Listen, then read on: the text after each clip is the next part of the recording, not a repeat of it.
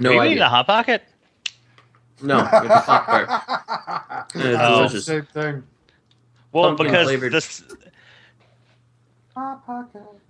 the tone of your voice is the same tone that I feel in my heart when I eat a Hot Pocket. So I didn't know. That sounded like a gooey, warm, delicious ham and cheese Hot Pocket to me.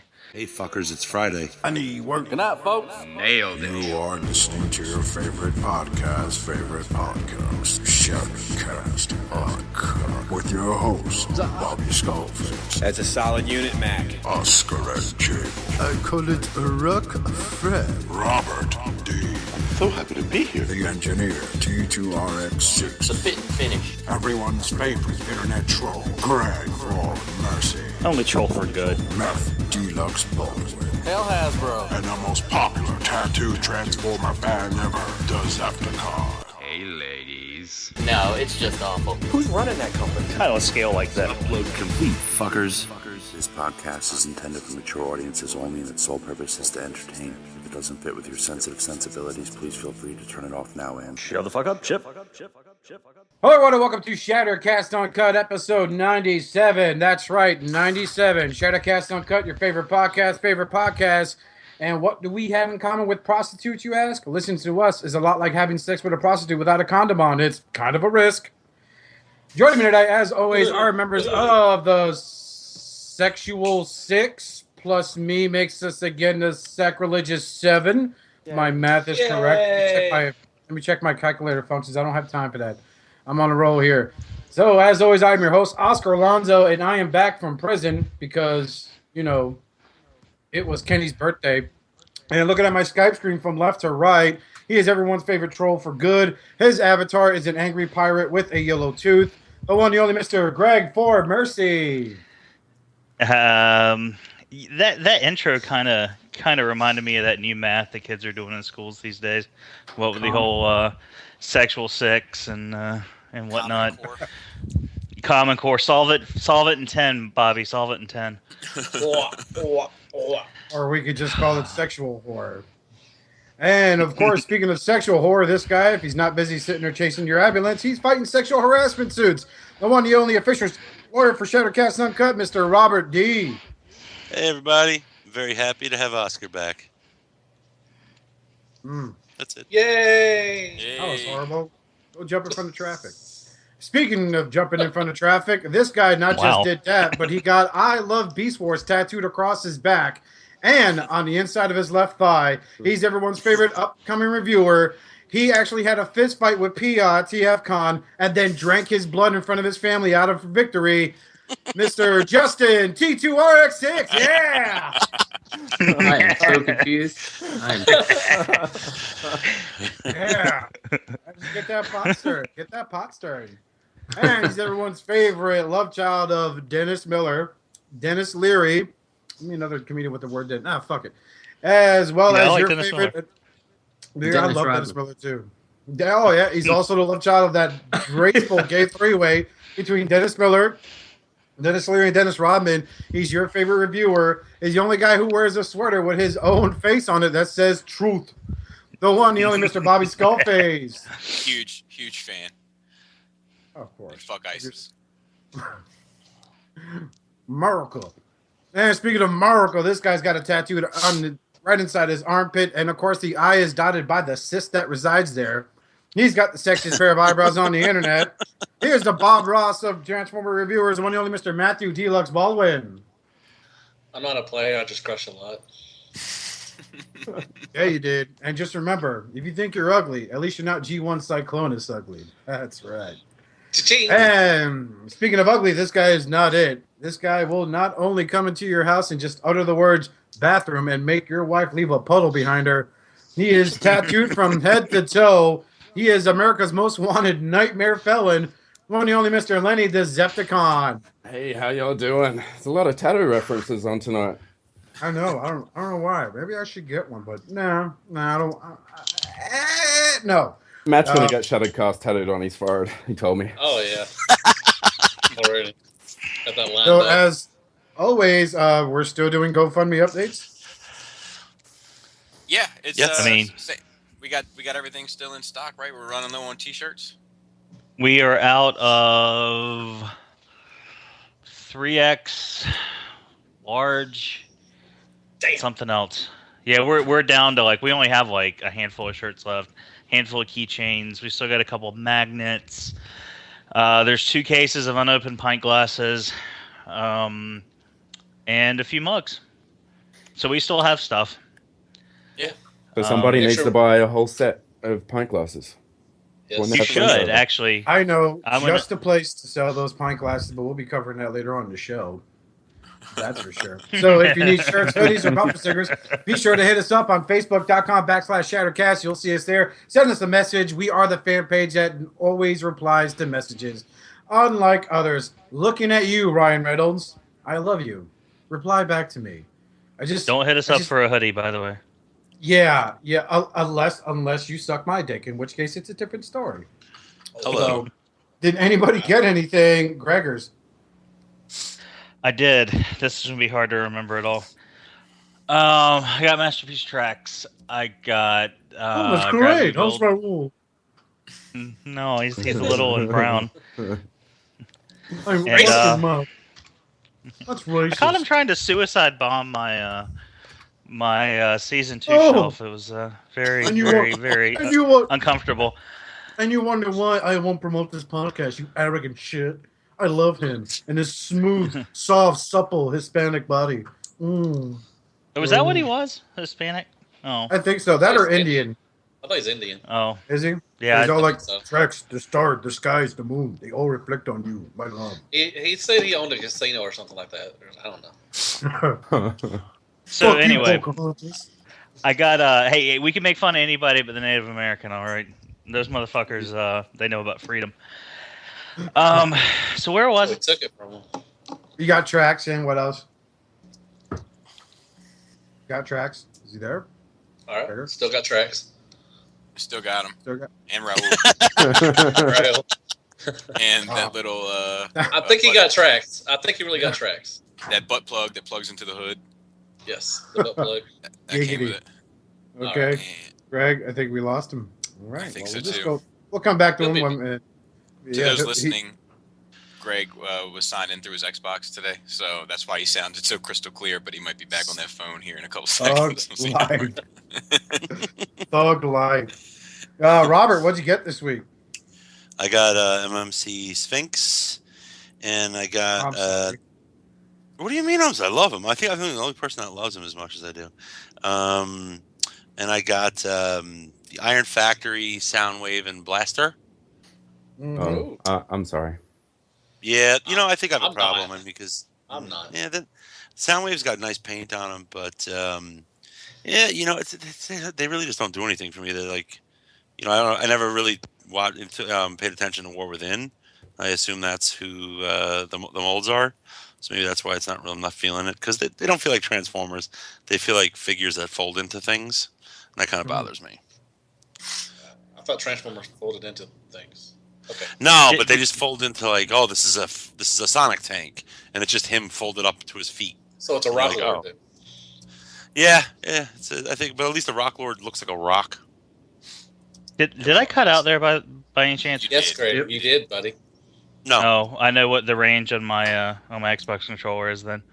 Okay, I must have set that out of range. He was testing. Sorry about that.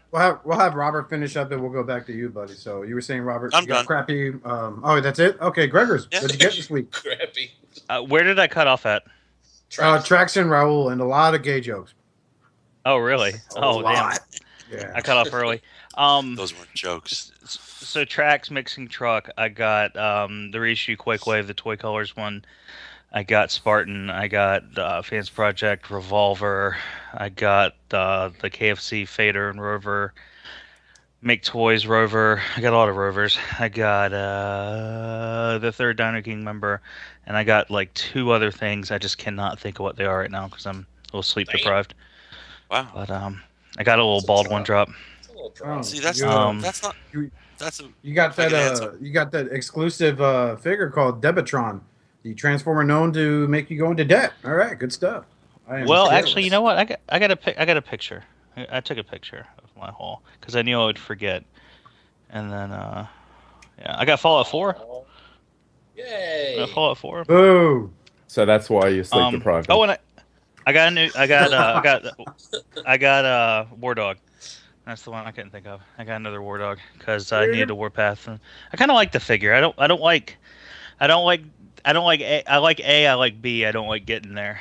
But that's true. It's a good figure, but transforming that bastard is, yeah. All right, Justin. What'd you get this week, Justin? I got a custom painted because I'm too cheap to actually get MP11 SW.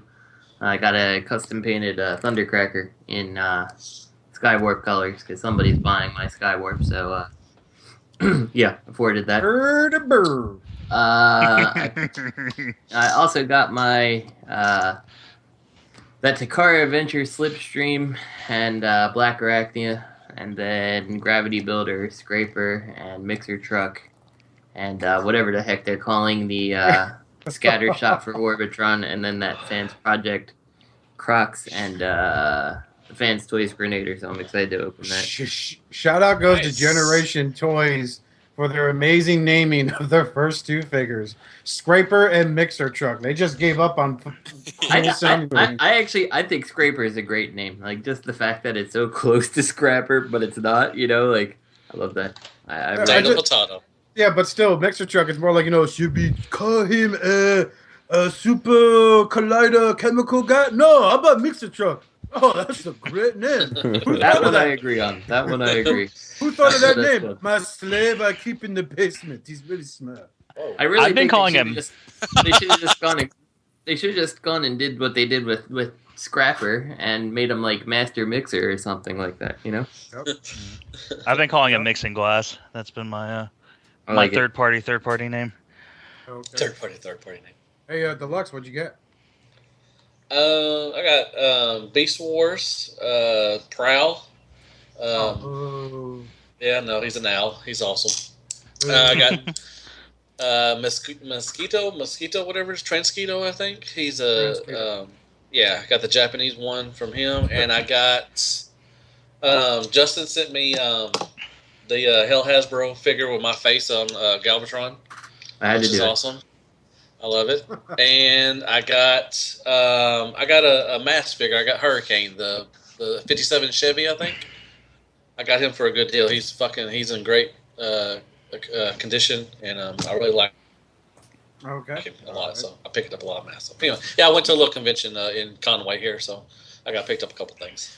Maybe if we get lucky, Bobby can show you the pizza. Yeah, maybe. No, I can never be that lucky. Oh, the downside. I just want Bobby to get some sleep. Yeah, Bobby needs some sleep. I just want Bobby to get sleep. And speaking of Skullface, the guy's probably on his 12th cup of coffee. What'd you get this week, buddy? I got Trax. I got Sphinx. Oh, good. I got what the fuck else did I get? It's popular. I got to look at Sideshow's Deadpool. I got a shit ton of Repro-Labels. And I got Star Wars Battlefront. Nerd. Yeah. Oh yeah. They got that slideshow Deadpool, huh? Mm-mm. My buddy Joe KW got it and dropped it off for me to take a look at. He was like, I know you don't like the whole doll thing, but I thought you might want to take a look at it. So I said, sure. That's the exception. That and that Batman I sent you. But we'll talk about the Batman, the Batman, the Frank Miller one. No, that was actually the Neil Adams blue and gray Batman. Oh, okay. All right. Yeah, the picture. Yep. Because I remember you got the Dark Knight one too, didn't you? Yep. I sure did. That was sexy too. Yeah. But that's still a doll because it's cloth clothes, not painted. Hey, Lenny lover. Hi. Hey. How you doing? Hey, what'd you get this week, motherfucker? Tell me. I got Trax. I'm a shit on you. Mm-hmm. And I got Spartan. Yeah, it's funny. Like, people seem to collect Masterpiece figures on this show. It's odd. And I got a couple of trade paperbacks. I got Volume 8 of More Than Meets the Eye, and I got Classics UK Volume 5, which is just fucking crazy. But good crazy? Yeah, good crazy. It's actually got Impactor in it a lot. I haven't read it yet. I've just been flipping through it, and fucking Hot Rod looks like a crazy person with like a pot on his head. Oh, dude, their fucking art for the UK style was like, what the fuck? Yeah, they just ran with it, didn't they? Yeah, they sure fucking did to the ground. Yeah.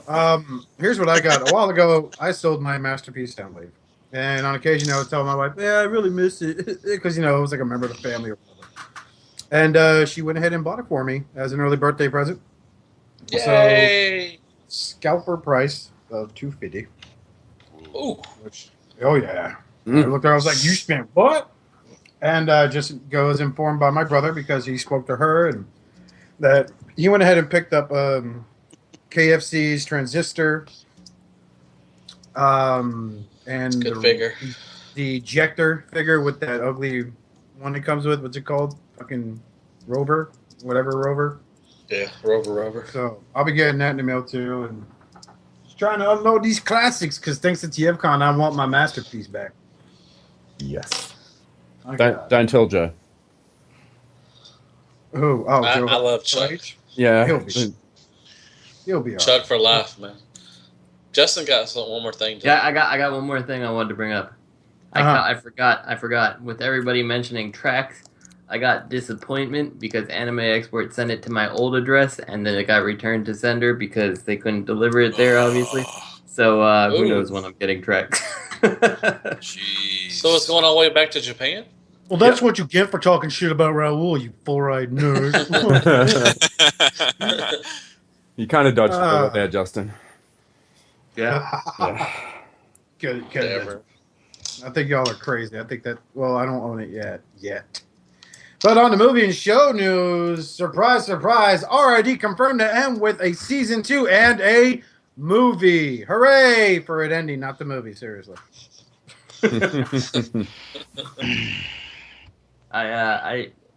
It doesn't surprise me that this is happening, but on the same hand, like, it makes me wonder why Hasbro can't, like, keep a show going for more than a season or two before they just can it and move on to the next thing. I know why. Yeah. Well, I know why with this one. It's because Beast Wars screwed up the DNA. That was actually funny, Robert. That was good. Thank you. That was funny. Yeah. The moose. It's the moose that ruined it. I think the moose tractor. The moose. The it moose. ruined That RID fucking, for life. the first time they ever cast a Guido as a Decepticon to give him a fucking antlers. That's fucking classic. And the crab. Dude, Isn't there a crab on there? There's a crab, right? Mr. Krabs on there? Yeah, it's like some stupid name. I just want to throw him in boiling water. So I don't care. Anyone else care that this is ending? Nope. Is it on season 2 right now, or is it still just season 1? You're not watching, Matt? No, I have not. I've actually not watched any of the... I would like to. I mean, I want to get, I'll give it a chance. Yeah.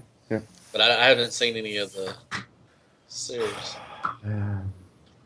I wish they would make a series that would last more than 3 seasons. Well, that's not the formula. Do you know what I mean? Like this is what they do. Like, well, yeah, I don't think we'll ever see a show go beyond 2 seasons or 3 seasons in a movie again, unless one proves to be super successful. Because I just what's been the longest it's ever lasted? I don't know. Let's see. Technically, G1 lasted 4 seasons technically. Right, technically 3 1/4. They got 3 1/4, and then they got the movie, and then the Japanese continuation, if you want to count all that. But that's on par with Prime, right? Prime had 3 seasons. Mm-hmm. I think so. I mean, starting with Armada, I think Armada had 3. I think, yeah, either 3. So I think most of them, Armada, Energon, Cybertron, they all lasted about 3 seasons. Technically, wouldn't Armada be like the Armada, Energon, Cybertron series because they're all linked? Wouldn't that technically be the longest series? I think that would count as the longest. Yeah. I never really considered them as the whole one season. I just thought they were just 3 seasons each. I guess, yeah. If you continue, I guess, yeah. Man, that show was so good because everyone knows Mexicans really sound like a Canadian. So, they don't? Just my observation. No, they don't, retard. Shit. You're dumb. You're done. You're dumb. But anyway, moving on to conventions. Put on your overalls and grab your best milkin stool. It's time for another Dairycon. Oh, you were supposed to read that in a redneck, like a southern redneck, but whatever. Oh, well, I'm sorry. There was no fun. It's in Wisconsin. Why would it be redneck? It doesn't matter. Yeah, it does There's matter. rednecks everywhere. Why you gotta make fucking rednecks, man? Fuck you. Fuck you.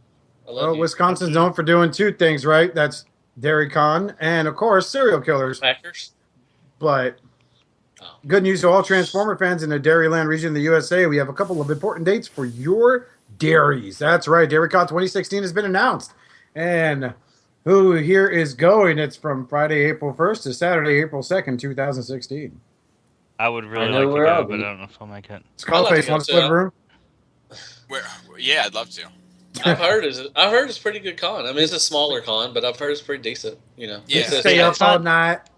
I think they're funny. I think that they like. They're real lighthearted. Yeah. Yeah, I dig their like they did that Pretender shell that looked like Peter Cullen with a cowboy hat. Yeah, they did. You know what I mean? Like that. that's pretty fucking awesome. Like I kind of dig their angle in general. But well, they did the recolor was Motormaster. They did the purple and black of that. I think was Motormaster. But yeah, they're really lighthearted. You know, they don't take it seriously. And like I said, I've heard it's a pretty good con to go to if you can go up there.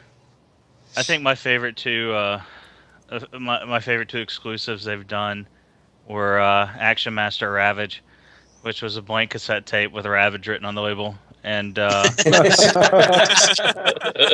they did the Optimus Prime, which was from that one comic where he got saved on a floppy disk, and it was like an old school floppy disk with Optimus Prime written on the label. And those are probably my two favorite exclusives. They've had some funny ones. I would go in Barn. I hope this is immensely successful because they do provide the funny in this fandom, which we all know is very limited. Because everyone gets fucking butthurt over everything. So, that's just fandoms in general. Nope, that's just Transformers. I support Dairycon. Yeah. Yeah, they're good. The cow sea thing, that was pretty cool for what you know what I mean. Mm-hmm. I like them. I like their way of doing business. It's just a bit too small of a con for me to make the trip. Yeah, it's a big trip. It's a good trick up there. So you're Dairycon, would you like some water for that burn? No, I just mean that. Go ahead, Greg. I was just saying, so we're going on record here saying that Dairycon is beneath Bobby Skullface. That's what I said. No, not at all. I heard it's just the amount it would cost. Like if it was something I could drive to and drive back, I'd be there. Or if it was like a big weekend con where I could set up a table and make my money back, I'd be there as well. But I can't swing it.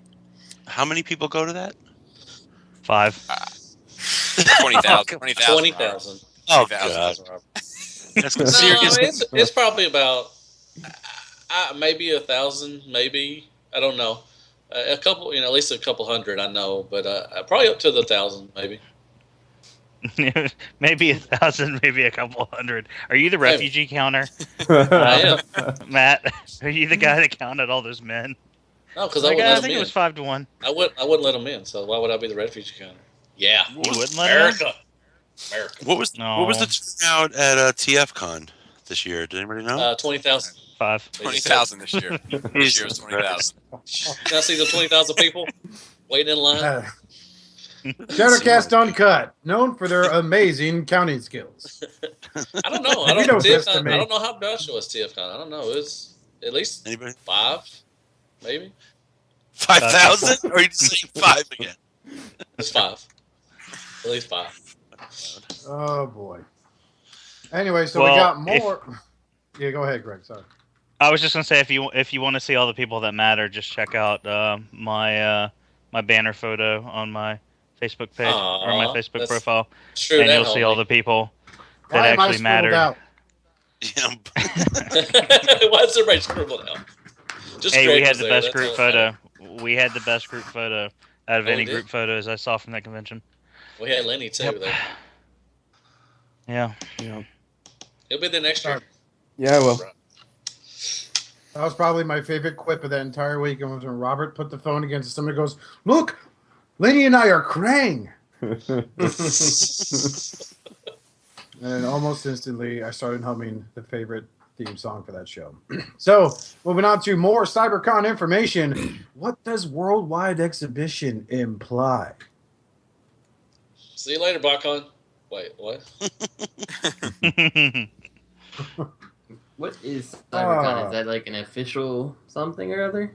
I thought it was the one over in Asia or Japan or something. Oh, Cybercon? Yeah. Was it Singapore? The Singapore? No, the company doing Cybercon Gone. Good. is based out of Singapore. And so apparently they have the license now to do worldwide exhibitions, with the exception of Indianapolis and like two others. And Indianapolis, all of Japan, because that's Takara territory, and somewhere else. Indianapolis primarily because the children's museum there does that thing. So that's the question. Like if that's the restriction, then is this going to be a convention or is this going to be like an exhibit they set up somewhere? So I don't know. But they also have rights to do exclusive merchandise, which could just mean like exclusive figures in a gift shop. So I mean, it's a little too early to tell, but there's been a very very large vocal outcry in the fandom. Not outcry is not the right word, but you know what I mean. Presence of people saying, hopefully this is the end of Fun Pub. So what does that tell you guys? Well, I for one welcome them to come and do a convention in Australia, just exclusively about Transformers, because then I don't have to walk around with comic book nerds. Yeah. Crikey, did you see the issue of the Batman? That was fantastic. Finger right up the butt, mate. Right, 7 and 8, so whatever the fuck they say in England. Like I said earlier, I don't think it's the end. I don't think it's the end of Fun Pub. It could be the end of Botcon. Like I know some people notice on the brochure that every year they give out like a trip and and your flight and everything to Botcon for next year. But they don't have it this year in there. I mean, it could be cutting corners. They could be whatever. You see it how you want to see it. But cut corners, no. Yeah, but I don't think it'll be the end of Fun Pub because Fun Pub will be around. They're still selling their their Transformers and stuff. So it may be the end of Botcon. I mean, it's possible. Well, they've probably seen the numbers that are going to conventions these days. So if it's only 5 people, they can't afford it. That's true. 20,000. You can't. Or 20,000. 20,000. They'll get 20,005 this year because they're in Kentucky. So there's a lot of people in Kentucky. But see, the problem is, and I think we're probably going to touch on this later. The thing with Fun Pub, though, they don't see that. They don't see themselves. They don't see their failure, and they don't see their shortcomings. Like they still see themselves as the big dog. Like, right. You know what I mean? Yeah, I mean, it's borderline arrogance. From what I've seen of their posts. Now, I might be wrong. You know what I mean? Like, I don't know the guys personally. I don't make Transformers shit personal. But, like, I know I made a post in a couple of groups regarding, once again, something we're going to talk about later, but it bears mentioning now. And people went and ratted me out to one of the guys at Fun Pub. I'm guessing, because I don't think he was in the group beforehand. And a couple other people that were naysaying Botcon, and he made the rounds making comments. And his comment was, "That's not very nice." And I actually prompted him, sorta, in a response. And I challenged him I was like, well, you should maybe look at the social media and maybe try to do a better convention. And I never got a response. He moved on to tackling somebody else. But I just don't think I should have. He lives close enough. He lives 2 hours from me. But nice. I don't think they see themselves as failing. I think they still can. They're just like, yeah, whatever. Like, well, could it be because they got Hasbro backing them up? I mean, they think that we have Hasbro on our side, that they. Well, I think they have the mentality of, oh yeah, a couple people are unhappy, let them go, we don't need them. But eventually, you run out of people you don't need. You know what I'm saying? Mm-hmm. Like, eventually you're going to start needing some of those people back. Because when you only got 5 people from 20,000, That's true. Well, earlier, the early, mid 2000s, the box. I'm just going off the box set. Just say that, they were pretty good. They were decent, and a lot of people were buying them. They were short, short print, and short runs and stuff. But now they oversaturated them, and nobody's buying them, and everybody's looking at like, I don't want to pay $500 just for the box set. Then I got to pay for travel. If I got kids, I got to pay for them. You're dropping almost $2,000 just for the convention itself alone, right there. I mean, it got expensive. I mean, plus you got to buy the exclusives. That's another, $500, almost $400. I mean, it's a really expensive con. I mean, it really is. And yeah, I got about 2,000 reasons why that should not have fucking happened in the first place. That's fucking retarded. What'd you say, Justin? The fanboys. Oh, sorry. I'm done. I'm sorry. No, I'm sorry. I thought. Now go ahead, Justin. Yeah, the other thing I was going to say is, like, it's not even just, like, BotCon's quality kind of sucks. It's, like, it goes hand in hand with the product that's being released. Like, so BotCon doesn't make anything. They just repaint stuff. And largely, I think everybody can agree, like, Combiner Wars is cool for kind of what it is, like a attempt to make G1 style toys. But the quality is tanking, and like so you get obscure repaints that don't make any sense on toys that aren't very good, and then you still want to charge $600 for Combiner Wars figures that are barely worth like $30 together. That I don't care how premium of a paint you put on it, it's not that good. So I definitely can back that.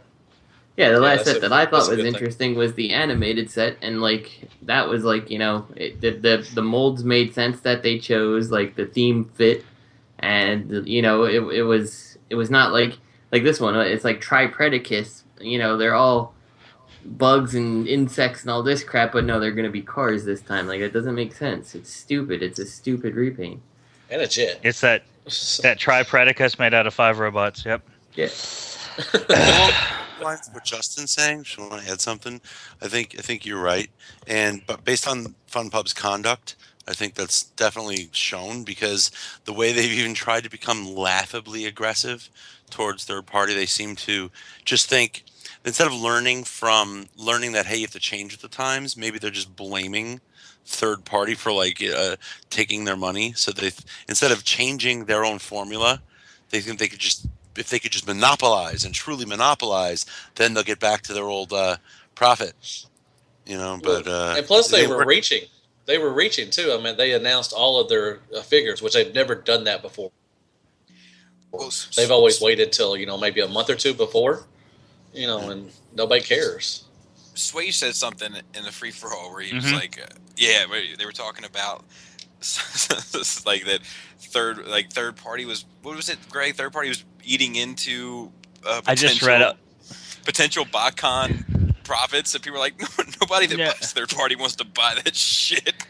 Hold on, I'll read it verbatim. It's on TFW right now, but I actually have it up on my phone. Hold on, let me get my phone.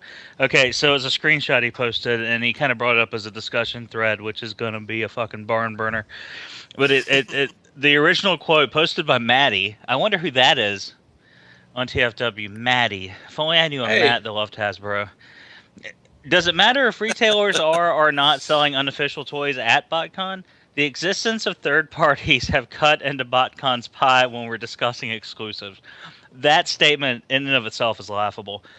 So Swage responds with LOL, capital letters. I don't know a single person that has ever passed on FunPub/BotCon figures because of third party. They don't skip due to competition, air quotes. They skip repainted kibble scraps and pay high dollar for figures they actually want. If BotCon had anything worthwhile to a third party focused collector to catch their attention and money, it would have to basically be a masterpiece just to even make it an option worth thinking about. End quote. We talked about that earlier, about or a couple shows about them doing a masterpiece figure for their BotCon set. Well, and that's the thing. Like, they're not losing. That's exactly the point. Like, they're not losing exclusivity sales. Wait, no, that's not right. But you know what I'm saying. To people buying third party, there's nothing that BotCon has to offer that a third party collector would be like, oh, well, no, I'm buying this instead. I was gonna buy 5 Predicas, but now I'm gonna buy this. Feral Rex. It's You could buy Feral Rex. Yeah, exactly. I mean, seriously, you could buy, if you want to get that Trifectus, you could actually buy a Feral Rex. Like, you could, and for the same money, you could get Nero Rex. But the thing is that anyone who is so inclined to buy a Nero Rex probably wouldn't be sitting on a fence. You know what I mean? They're sitting there like, I don't know. I can't even fathom that shit. You know what I mean? Like, I can't even like in my head create the mental image of me. I would ask Bobby, which one should I get, Bobby? Those figures. You did that at TFCon. You sat there, you got a few drinks in, you were like, Alvin's to this karaoke thing, but first, look what I just bought on eBay.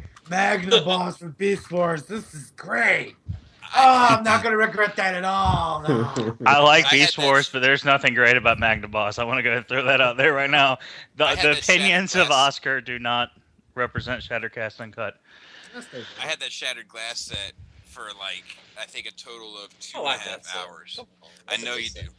I know you do, but that's my point, is that that's considered a good set amongst people that buy and don't buy that Botcon shit, and I couldn't have it in my life. I had to get rid of it. But it paid for my... Why'd you buy it? Oh, because I didn't know any better. It was my first Botcon experience, and like they were like, well, if you buy the Super Ultra Mega package and you get the box set full of fun figures, and I was like, yeah, fun figures, that's what I need. And then he's missing the part where he said, yeah, fun figures, that's what I need. Be gentle. Take my flower. And I really like at that. Like, I still don't know much outside of G1, but at that point, I really didn't know much outside of G1. So I opened the box, and I was like, "These colors ain't right. See ya." I took them you just made Botcon sound like getting raped by your uncle in a van. I was disgusted. I was like, "Why would they do it in these colors? They're all wrong. I'm taking this to the floor." It's shattered glass. Hey, Skullface, you want to buy this exclusive set? Come here. Hey, just get in the van. It's cool. Look, there's some puppies.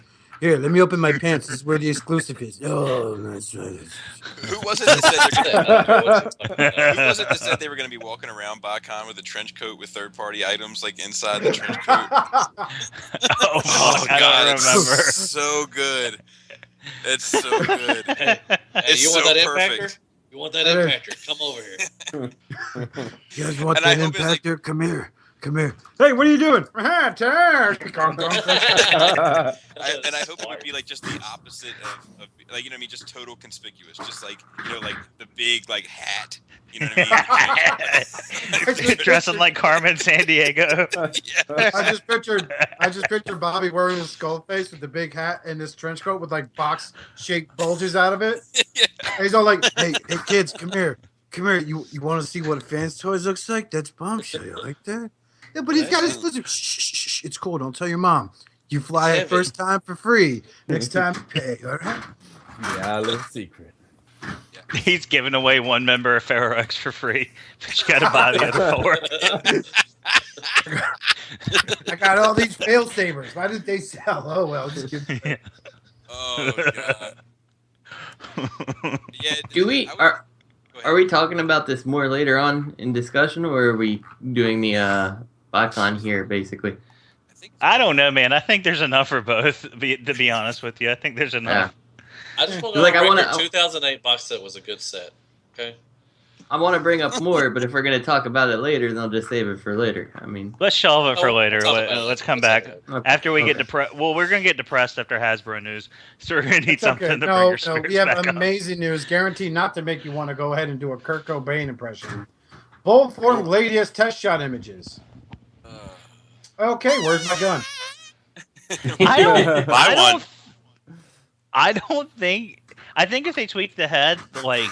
Because this thing's about an MP10 size. I mean, I know it's not going to be good, but just looking at the pictures, like, it's a pretty picture. I mean, the face is fucked up. Is it? I mean, if they fix the face. Of course, that is what Greg said the last time he checked out POF.com. That's funny. That face is fucked up. They put up comparison pictures with the gray resin prototype.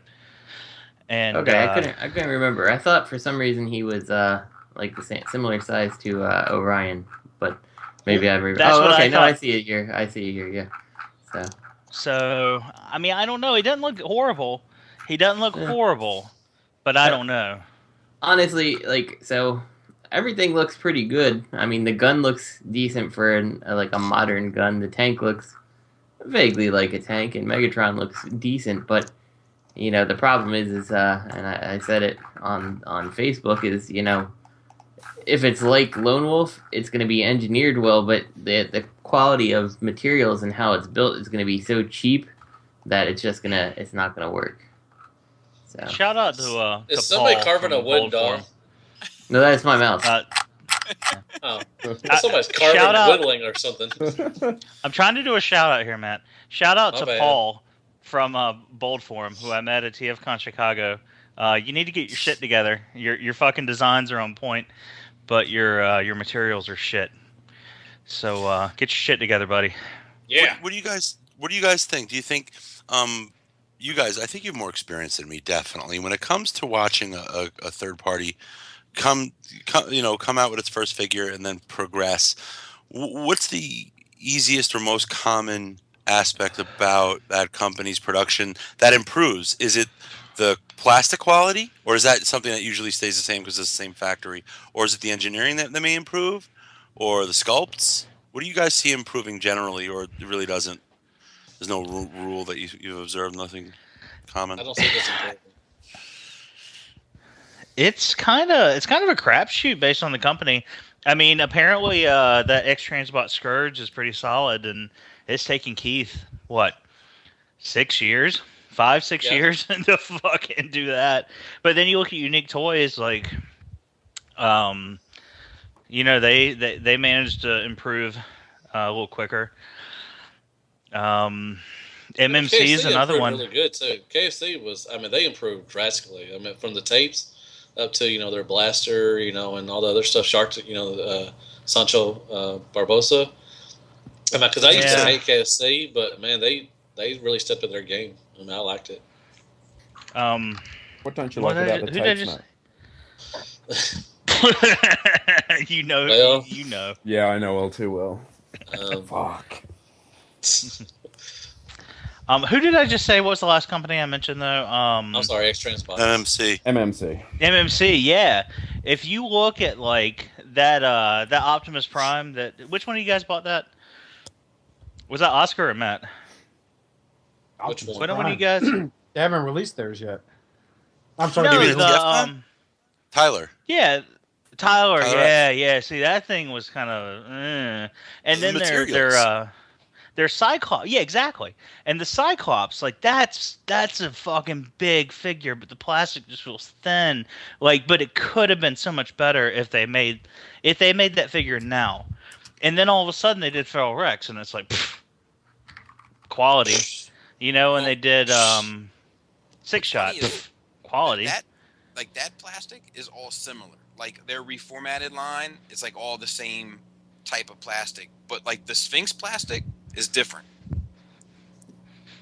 Like it's like I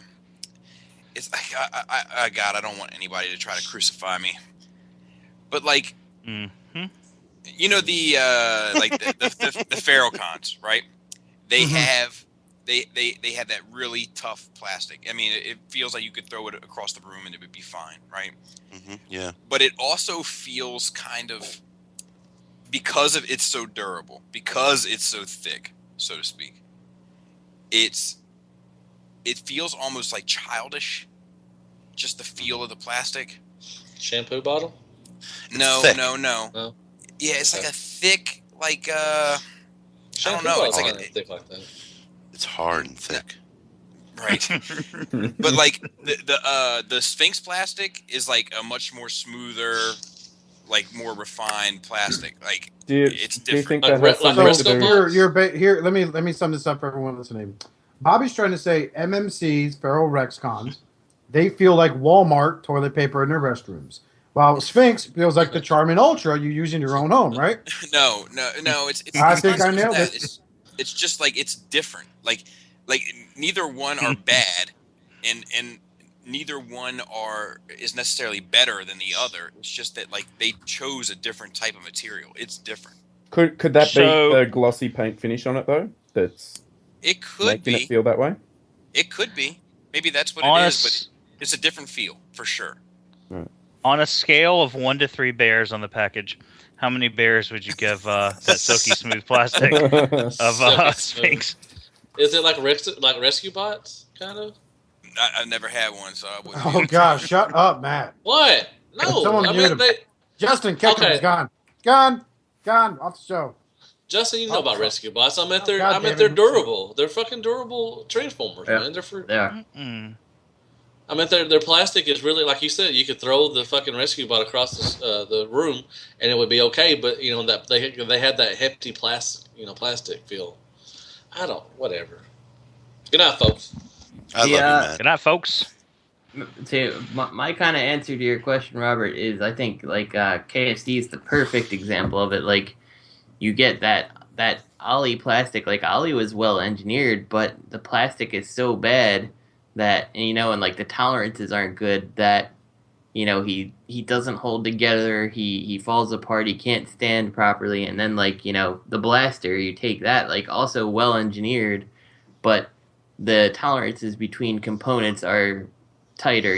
Things aren't so wobbly, and the plastic feels more durable. And like that's the stuff to me that a company can learn from. And like going back to Bold Form here, like Lone Wolf definitely had good engineering. I think he looks better in his modes than at first glance you would think he does. And then but the way the panels are put together and the way things are pinned in and stuff, or not pinned in, like that type of stuff makes it fall apart. So I think any company who improves upon materials and fit of things actually ends up, in my opinion, improving as a company as they go forward. And some companies come out the gate strong, like MMC has, like I think that's why everybody likes the Nero Rex and the 6-shot. Like they came out with strong materials as opposed to having to improve into it.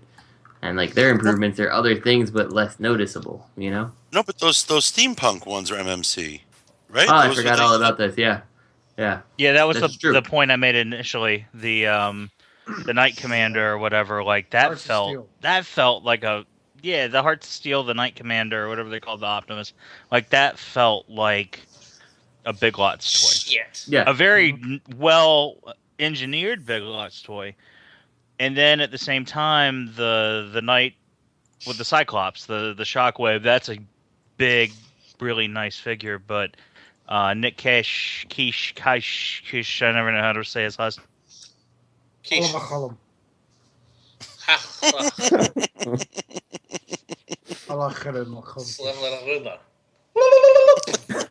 my God! Oh, hell, freedom. Going back to the Bold Form thing, just looking at this Megatron, the amount of pins they're using on this, and after watching Justin's review on the Motormaster that they did, I just don't think pins are their best option. I think they should be using a few more screws in there. It has some Jesus Christ. It has some issues. We'll get into that. What happened? No, it's my.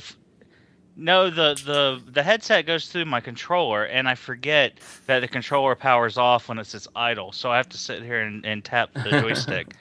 That's what it is. I thought it was the range, but it's when the controller goes idle, it cuts off to save battery power. That's why I cut out. So I apologize. All right, Bob. You probably missed my entire rant. I was just saying that it sounds like that my favorite part of Justice Review is it has some issues, but we'll get into that. And the head is missing. I'm not gonna lie. Looking at this Bold Forms Megatron, I actually was all in when I saw what was going on with the Polyon. But after seeing Justin's review, my main concern is A, will this have a head when I receive it? B, will it stay intact, or will it be just one floppity nightmare of God knows what the fuckery? It's kind of like that same chick in high school you keep asking out. She said she keeps telling you no, and then she finally buckles down and says yeah, and you're like, why you say yeah? Then you find out she has crabs. So see all above. Yeah. Yeah. So I'm done. Let's go on to something great. I'll wait till Justin buys it to review it, then decide if I like it. I'm not buying it. Don't look at me. Better Got buy this it. company's name tattooed in the back of your neck, right above "I love Beast Wars." Both forms. I've moving already on I have gone ahead and said that I will take the hit if somebody else wants to buy it and send it my way. I'll take the hit and review it, but not take the hit financially. So I'll take the hit. Yeah, I'll take the hit and review it for free. Really? Yeah. Right. That's really not taking Yeah. it. It's totally me being generous. You know? If anyone wants to buy all my toys for me, I'll totally take that hit as well. Hey! I got a bargain for you. 25 cents a review. That's all I'm saying. Let's do it. Ooh. Oh, Whoa. Shots fired. Shots fired. Save it for the secondary discussion. It has been a while, but this podcast just got gangster. Anyway, so moving on to some great news. Fanstoys Sovereign, also known as not masterpiece scaled Galvatron, render as well as future tease, coming to a retailer near you in 2023. That's probably true. I love this. I do too. I also love this. Oh, you know what's it's the knees that are fucking ill. Hey, I make everybody aware. Look what they got right. Everybody had fucking jokes and something to say, but look what they got right. Look at this loaded. Oh, what's it got? A fucking. Oh, look, you could change faces from I'm upset I paid this much for this toy to I really paid this much to this toy. What an absolute piece of God. No, actually, it looks very nice. I'm very impressed. It goes from, do you guys hear that, to what the fuck is that squeak? Why is my arm squeaking? Yeah. I actually dropped my. They got smaller titties. The last one I had last figure I've ever had pre-order was DX9's Tyrant, and then as soon as this broke on the free for all, when 8 different people posted it, I decided to go ahead and cancel my pre-order and jump on this thing. So that was me. I just posted it 8 times. Sorry. There's like 10 people in the free for all, and we all just post the same shit. You make me want to turn off. Go ahead, Bobby. I don't care for the cannon. It's fine. It'll do. But that's like if I had to pick out one complaint that I have with it, it's the cannon. The cannon isn't really a defining feature. It's the knees. So. Two things. Is it because it looks like I'm just saying. Because it looks like a cigar? Is that what it looks? I'm just saying. Two things. They got the First fucking off, knee pads in there, and that bitch looks complete. Yeah. Yep. 2 things. First off, Bobby Skullface does a stellar Rain Man impression, as you heard it right there. I don't care for the cannon. I don't care for the cannon. I gotta watch it. And no, it does look a little stubby, almost impotent, but maybe they'll sell an add-on kit where you can take the Hasbro Combiner Wars Galvatron. Well, let's face facts, it's not doing that. And go ahead. No, I'm done.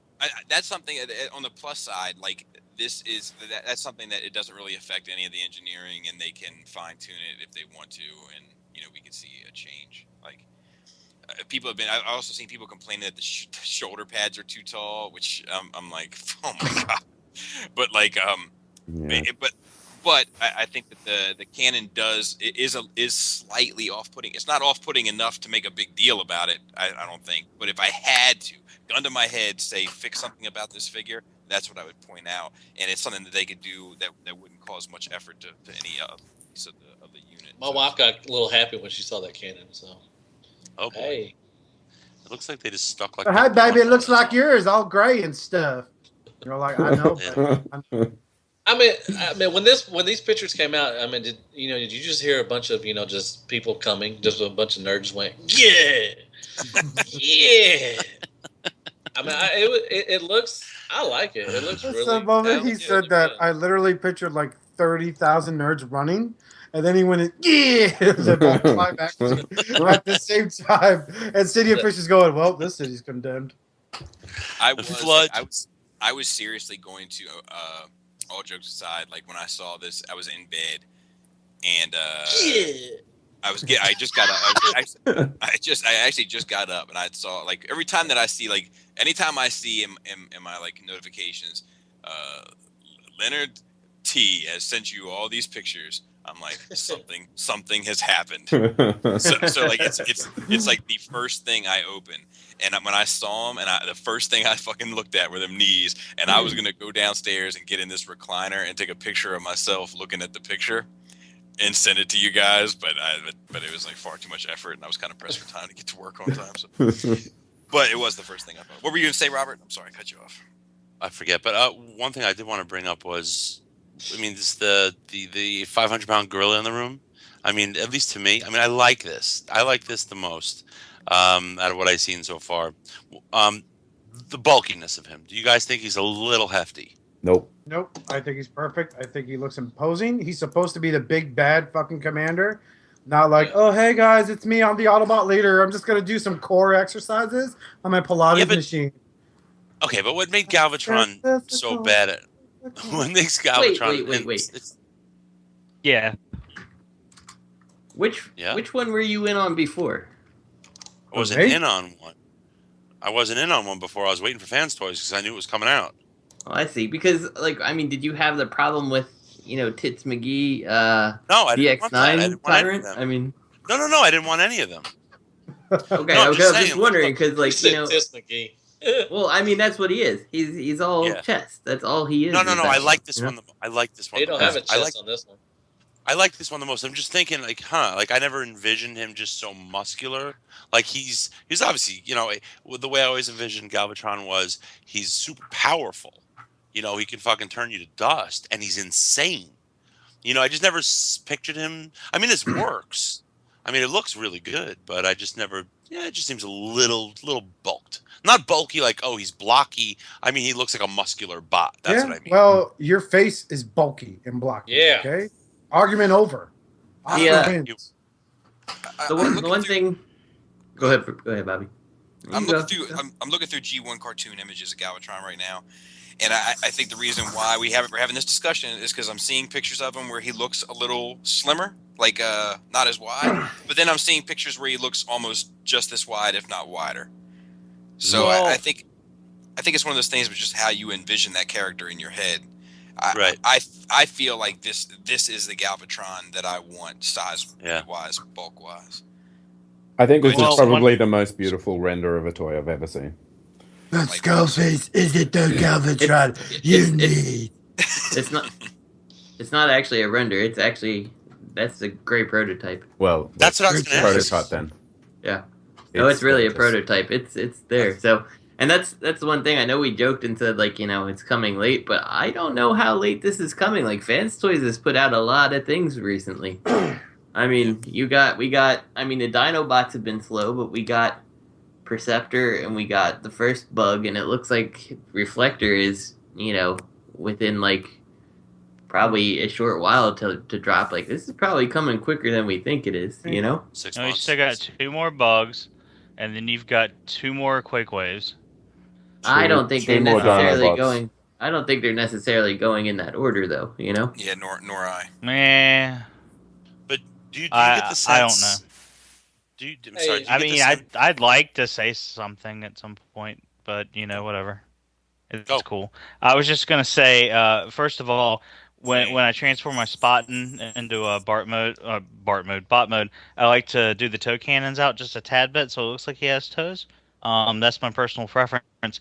Second thing is I'm not canceling any pre-orders for anything because I don't know when this will come out, and I'm still gonna get the DX9 to check it out.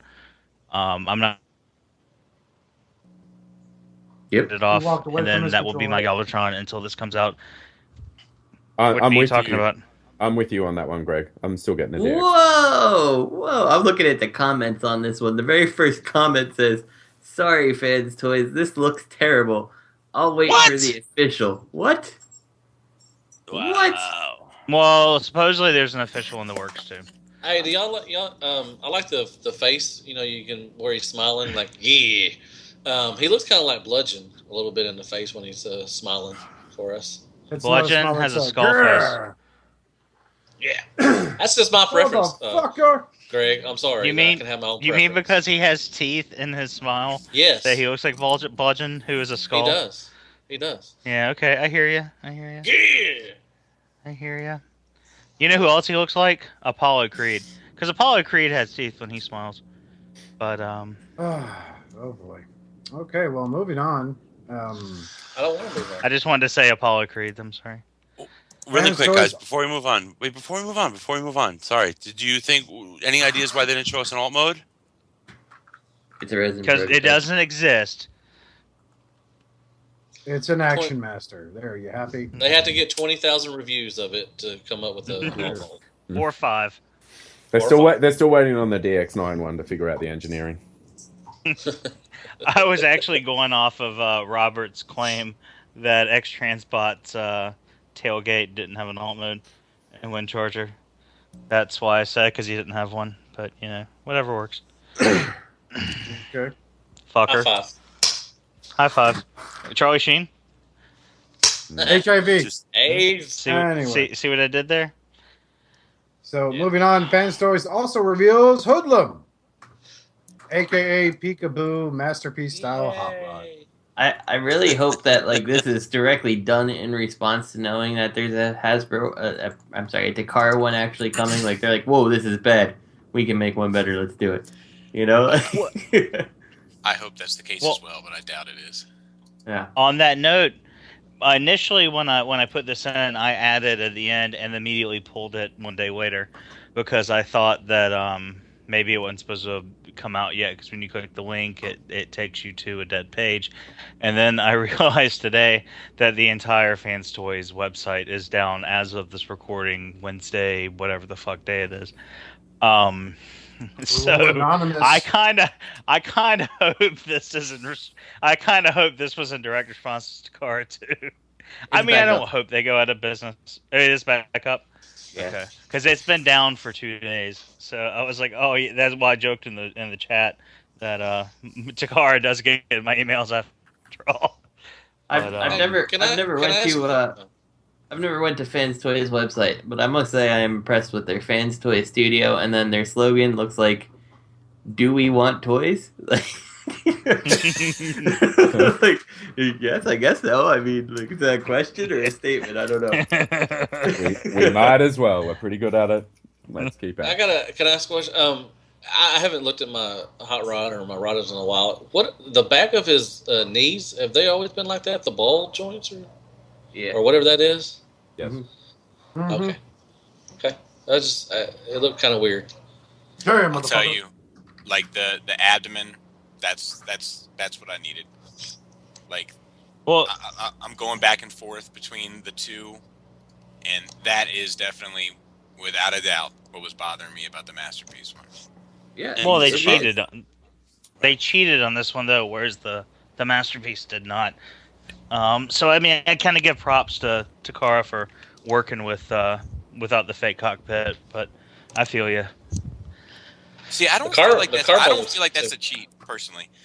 Like, do what you got to do to make both modes look right.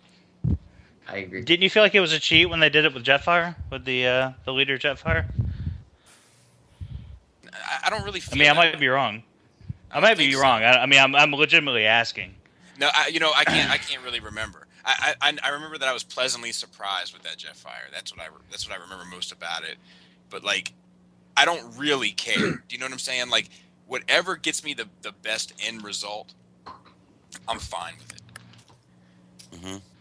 I don't know. This better not be a $150 piece. That's for fucking sure.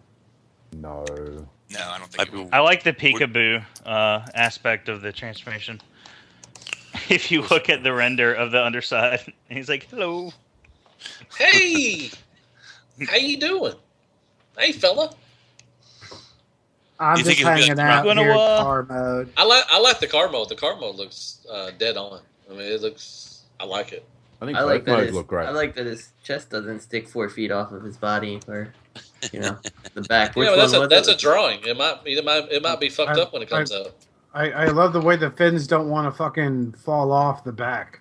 It is true. This is like a lot of speculation because it is drawing, and like I certainly don't see where the actual real cockpit is hidden on this thing. Like it has to go somewhere, and I don't see it. But hopefully, it's more elegant than all right, Miller done before. Sorry, that was louder than I thought it was going to be. It's actually Sprite. I'm trying to settle my stomach after all this Fans Toys talk. Justin, do you think that would the chest come out more? I mean, is it? I mean, when I don't know. What I hope, and if they realistically did this, they could have done it in CAD in such a way that they can get the parts to kind of fold around on themselves in there. So you can like move them on degrees, of movement and actually kind of manipulate it. So hopefully what you see in the two green pictures is legitimately like that toy in both forms, And if that is true, then this is how it'll look. But if one is like, well, this is how we want it to look, and this is how we want it to look, which is making two models, then who knows? But hopefully it is, proper. Where is the head and underneath? There's a picture where it's like you see where the head, and I don't know if it's going to be covered up in finals, but there's a picture, and it's in gray, and it looks like he's got his fucking head tucked between his legs. It's in there. Let me get my phone. Who hasn't tried that? So I can bring it up. I keep rolling off the couch. I don't actually see that picture. I don't see it. I don't either. It must not be. Yeah, because I just made that shit up. Yeah, it's not. Probably did. Greg, I've seen it. No, I'm saying it. You know what I'm talking about. I'm saying it must not be here on this link. I know what you're saying, Bobby. Don't get your anxious voice Why are you at me. responding as if you don't? Yeah. Don't get your anxious voice. Don't get your fucking anxious voice. That's my calm down voice. Oh wait, maybe Damon. Well, don't tell me to calm down. I'm not serious. I didn't tell you to calm down. I used my calm down. You just used your calm down voice. You calm down. You calm down. I want What the fuck was that? Jesus Christ! That is called the ham horn, and you fuckers missed that. I don't even want to hear you bitching. This is the morning show. The Shattercast has now become the fucking morning show. We have sound effects. Full blown hardcore butt sex over friggin' a goddamn computer rendered drawing. Hey, we got Hasbro.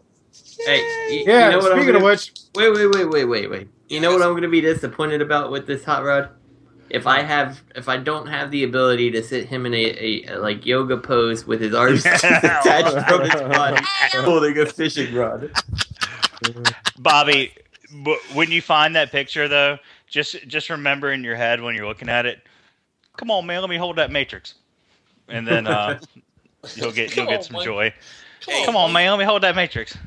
But this is interesting that this is Fans Toys not pulling a blaster. Yep, not this time. Well, hopefully for them, they don't get smacked down by the big hand. Yeah, this is them saying. I hope so. God dang Hasbro, you better get your shit together. What's that about? This is them saying we're going toe to toe. Yep. They're gonna lose. Outtime. I'm sorry. No, they'll lose. I don't think they will. I don't think they will, Matt. But it's not a win-win for everybody. I don't think either side will lose. I don't think either side will lose either. But what I'm saying is, if Fans Toys is at an advantage, because if Fans Toys doesn't lose, they win. You know, like Takara can survive all that shit. You know what I mean? Takara is like, I don't know. It's pretty interesting to me. Do you think Fans Toys could though survive? It depends. It depends on how much money. Like, I don't know what their budget is, but I know it's got to be significantly smaller than Takara. Right? Yeah. I mean that's understandable. But if they lost on this one, I don't think that would just destroy them. I still think that'd be okay. I mean, I don't think it would destroy them, but I think you wouldn't see them. It would hurt a little bit. What I'm saying is, I don't think you'd see them go toe to toe with Takara again. Oh yeah. Well, But if they make 500 units and they sell 500 units, you best believe they're going to fucking go toe to toe again if they want. Oh yeah, that's true. Well, I was thinking even from a legal standpoint, because I mean, either whatever rumor you choose to. That's how I argue in court. I always win like that. Well, no, I was trying to think of the best way to go forward. Whatever rumor. or opinion you choose. I'm trying to fucking talk here, you fuckers. Whatever opinion or rumor you choose to believe about why Takara didn't go after third party, like it's never that brazen. But this is like them knocking on the fucking door. Like this is like them fucking all like, here. Hey, how you doing? Ding dong dash. Yeah, it's like they're ding dong dashing at fucking Takara headquarters. You know what I mean? So I don't know. That's what I was like. They're pissing at the door right now. They're just pissing on the door. Their toy and design budget aside, I bet Takara's lawyer budget's a lot bigger than Fanstoys. Oh, true. Oh, so yeah. I think that's what I said. Getting smacked down by the big hand. I mean, this is like that Russian boxer from Rocky IV. You know what I mean? Like that. I just don't know. A lot of Rocky I don't know. Tonight. If this goes without, I know. If this goes without incident, I don't think anybody. You know what I mean? Like, I think that this is going to be something. Like, something is going to come out of this. Like, well, I mean, do you think that? I know third party? Okay, I'm not gonna say they're scared of Hasbro or Takara. Nobody's scared of everything, but they're testing the waters. And I mean, do you see? I mean, do you really see Hasbro and Takara really taking action to try to knock out this third party stuff? Nope. I don't think in general, but I think when you're going toe to toe with what's the thing, the tugging on Superman's cape? Right. Like, I think when you're and something will come of this, and I agree with you, Bobby. Like, if this goes through, it's gonna change the rules, and I think that if Takara's smart, they'll see that. You know what I mean? My thing is, I don't think they can do shit. Right. I don't think they can do a fucking thing because it's like you think the Facebook group is a free for all. China's like a real free for all. Like you can't you know what I mean. Nobody can fuck with these because the Chinese government is just like as long as we're making money, we're fine. Don't worry about it. So I think that if this does so let's weigh out the options. So Takara goes after Fanstoys and shuts them down. If that happens, I think you'll see a lot more of an aggressive nature from the Hasbro Takara machine to shut them down because it'll be proven that it can be done. Takara goes after them and can't shut them down. I think you'll see third party being a lot more aggressive in what they do. It's risky, right? You're right. Takara goes after them and kills their sales. You'll never see Fanstoys or another third party go at the same product that attack Masterpiece is going at. Takara and Fanstoys are both successful. You'll see it happening more often. Like I like what you said. Like the rules are going to change. Like I definitely think this is going to be almost like a historic moment, like a defining moment in how business is done between official and third party from here on out. If both things see it through. Has it already started? Do you think there will be an exhibit at Smithsonian? Yes, if there's ever a third-party Smithsonian, it will definitely be in it. Really? Can we just tie into chat? Yes. Well, what's just really quick? What's Masterpiece Hot Rods cost projected? What is it? Probably price. Probably about $89. If you get it from Japan, it's $60. If you get it from Japan. All right, so what do you think? American retail. If you think Fanstoys might price theirs around their Perceptor? Yeah, I think that Fanstoys Fanstoys is going toe to toe with their prices, right? And not just with this, with everything. Well, the Galvatron went up for 135, didn't it? The Fanstoys one. Yeah, something like that. Yeah, that's a pretty good fucking price for something. Hell yeah. Justin, you were saying? Just the U.S. prices of Hot Rod are like $75. So, see, I don't. Go for it. Oh no, I'm sorry. I really didn't mean to cut you off. I was just gonna say, when I look at Masterpiece figures, though, like when I think of cost, I really go for the Japanese cost because anything outside of that is a markup. as a retailer markup. So whatever cost that, whatever MSRP that a third-party company sets, I mean, I think you should go against the MSRP that Takara sets in their own native country. I mean, just to be fair, because it is within our. No, because it's different in China also. Like when my dad was in there, like all the prices were different. Everything was. So like we're still paying the import fees regardless. I bet your dad went to that fancy Walmart third-party store though. I don't think he went to the real one. He went to Nordstrom. He went to Nordstrom. That's the third-party department store. What about the Target? What about the Target one? There's some Target that's fancy. Well, yeah, but that was buy one get one half off. Logo. Logo. The price I think Hot Rod's gonna fetch is probably gonna be the same price as their Hound, which is $95. I think that's where you're gonna see this one go. I think you're wrong, Justin. Okay. And I think this observation on one topic spread into a full-blown discussion that could have been had at the end of the show. Real quick though, for Matt, like with the Quake Wave comment that I did catch with the Masterpiece Shockwave, like it's not quite the same because the initial Quake Wave release had no competition, and they made sure to get that second Quake Wave release out before it had competition. So like that's the defining difference there. Like this is going to be so they're going toe to toe. Yeah. Okay. Yeah, we're going to have pre-orders up for both at the same time. Right. Okay. Oh man. Hasbro.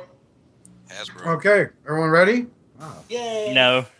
Okay, fine. So if you guys wanted to address the philosophical angles of a toy designed by freaking Fanstoys or Takara, it's another 30-minute discussion there. So Hasbro Investor Day, that's where you take the pint glasses to sell them.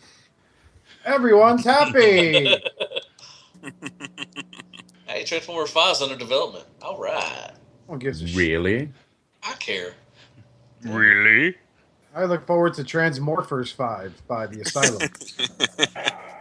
Hey, there's Armor Heroes. Wait, that's not even Transformers. Transformers 5 is what happens when you open the puzzle box. Yeah. Your promised pleasure. I don't know how to answer you sometimes, Greg. I really just don't understand sometimes. What the fuck is Transformers Micronauts? Wasn't that a Marvel comic book? Well, Micronauts... yeah, and no. It wasn't. Wasn't Micronauts associated with... wasn't that part of Takara? Wasn't that associated with their... They were called... Micro Machines? Micromen, yeah. But Micronauts, wasn't that... That was the American adaptation of it, I believe. I might be fucking wrong. It's been a while since I've read my 80s comic books, but... well, you're a fucking loser. I'm sorry to have to tell you. Justin knows these sort of things. Justin? No, what's this done? Paging Dr. Justin Stein. Oh, you don't know? No. Fuck. Yeah. I know. I just wanted to say paging Dr. Justin Stein. That's cool. I pretended like there was a lag or something. Well, fuck. Paging Mr. Harmon. Okay. All right. That's good stuff.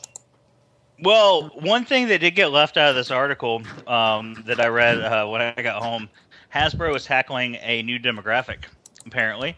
They're going for the senior citizens. Hasbro is designing a toy for senior citizens, and the first in the line is a lifelike robotic cat, which does not require food, obviously, or a litter box. It only requires affection. And it's a real thing. I am not making it up, and it is the creepiest fucking thing I have ever fucking seen in my life. I thought you were going to say the Syrian refugees. Oh, I had stock in Hasbro. I thought that was going to be the new demographic. It's going to be a fucking... It's going to be a Nerf gun shaped... Well, never mind. To interject. It's going to be the Nerf suicide vest. You detonate it. It shoots darts 360. So to interject back on topic here for the Micronauts, it was a toy back in the 80s. I confused them with Diaclone, but yeah, these guys were heavy. They had a comic book back in the 80s as well. It was Micronauts from Inner Space. So yay! Hey, I have stock in Hasbro. They tried rebooting it again. It looks like this is still the 80s. But did anybody anybody look at this chart? The revenue chart? It's pretty interesting. Yes. It's awesome. Yeah. That's my money. That's my money working. Yeah, related to the movie years versus. Yeah, and what's funny is it looks like Age of Extinction. It looks. I could be off, but it looks like to me Age of Extinction is slightly underneath Dark Side of the Moon or whatever it was, and what I find stranger is that Revenge of the Fallen is at the top. Yeah, Revenge of the Fallen, the biggest moneymaker, coming up on the 600,000 mark. God, actually probably surpassed the 600,000 mark. It's just like anything else in America. Like whenever it's fucking hype and fad, like people are gonna jump in on it, and then once it's like kind of out of the public eye, like it's gonna like the tide's gonna roll out, and it's gonna be the people that actually give a fuck about it. It's and it. Go ahead. Well, I was just gonna say. I mean, if you really want to gauge like the quote unquote actual fandom, you would look at the low numbers, which sometimes is sad, sometimes is not. But like, just look at the numbers. 2005 looks like it was about $100,000. 2006 is maybe about 150. 2007 being the movie year put them at $500,000. Like that jump is insane. Then coming down to 2008 with the launch of Animated put you at 375-ish. 2009 with Revenge of the Fallen putting you up around 600,000. 2010 with no new media drops you down to about 275 maybe. And then Dark of the Moon puts you back up at 500,000. Then you drop back down to Transformers Prime at about 325-ish, slightly more than no media at all, which is interesting as fuck to me, but less than Animated. And then Age of Extinction took you back up to, it looks like, slightly less than 500,000. And then Transformers RID doesn't even get a nice mention, being at like half of almost everything. It's totally special, and significant, and standalone. 2015, and they make sure to let you know it's only 9 months, people. Still got a few more. Put you around 225, 200,000. I just think it can happen in these 9 months. So that's the biggest. Money. That's the lowest numbers this year since 2006. Oh, that's God, I love Transformers. It's pretty interesting. Yeah, they're still going to attack on those Christmas sales with all the bugs. Yeah, that's true. That's absolutely true. Oh. Yeah, the problem is, I don't think they have anything listed for, this year Christmas that's like the big money maker. Like usually there is something. Right. So Metroplex was like a Christmas thing, and it's May, Justin. All right, whoever, man. Okay, sorry. Yeah, I sparkle. No, Jim's supposed to be into the 2015. Jim. They forgot Jim. Damn it. That monster blockbuster that ushered out the summer and brought us into fall. Yeah. That movie, I went and saw that opening night. I don't know if I recounted my experience. I went and saw that opening night, and I for a reason. I went with a friend. We went with friends on her birthday. But shut the fuck up, man, before I fucking jump through Skype and fucking chokeslam you. I know. Makes me horny too. Makes me horny too to talk about it. I thought that movie was bad, but I didn't think it was 2 weeks out of the fucking theater bad. I mean, it was just as bad. I think it was just as bad as any other movie aimed at 13-year-olds. But a correction, Galvatron was at 155, Lenny. Oh. Well, I'm buying. God, get your shit straight, motherfucker. No, I just figured I'd correct it before our Triple R gets on. Somebody's typed already. But he's already typed the comment before you correct us. Well, now Triple R's got it. Now Triple R went ahead and typed up into the Google search, and then had to come back and erase the comment. So it's he's already talking already right now. He knows what we're saying. That's American retail price though. Tony will have that for at least $20, $25 less. And with only $50 shipping. It's out to about like 300 Aussie. So yeah, I know. Say well, Aussie $450 Aussie shipped. Yeah. Because you got to tack on that $50 shipping charge. Well, the Dinobots are like because of your asshole BBTS. eagles in your country. Yeah, they are. Oh, well, is that your dog? Not anymore. Nom nom nom nom. Nope. Nom nom nom. Straight up. Anyway. So moving on, we got more repaints now with extra costs and less fucks given. That's a good headline. I like that. What we got here? What is this? Yeah, hey, everyone want that Viper in a delightful sky blue with a navy blue variant in there? Let it all smooth out for you. No. Why did they do this and not like? Why didn't they just go with like run amok and run about? Like if they're gonna do one. Because it's Hasbro. Get with it, you cis bastard. That's fuck you. That's why. Yeah, I guess so. Ooh. I think I'm sure they'll Any make fucking a trees in this. asked for this. Who did? People. Like I think that people were like I think I remember hearing like when the original whatever his name was came out, like this would be great, run amok and run amok. Oh, they're making him a hot rod. Why make him a hot rod? He'd be the perfect runabout and run amok. And then that one fan's like, well, I'm happy I got my hot rod. Yeah. Who's the blue power glass supposed to be? Cobra Commander? Or no, it's an Autobot. What is that? What's his name? His name's Dogfight. Why are you on here, man? Dogfight. It's Powerglide's special brother known as Sky Star. Let's see. He's got to be. He has to exist. It's I don't think it exists. He has to. Yeah. Yes, he has he does. to. He is a 1988. Micromaster? No, it's not. The Trigger Bot.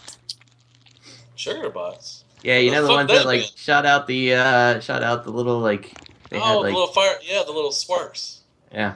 Oh, okay. Well, where the fuck they been? Looks immensely retarded. That's awesome. Yeah, it doesn't really look like the character too much. No. So. Yeah, no, totally worth what they're gonna sell us for what, $30 here in America? Yeah, totally fucking worth it. Oh no, he'll be more than that.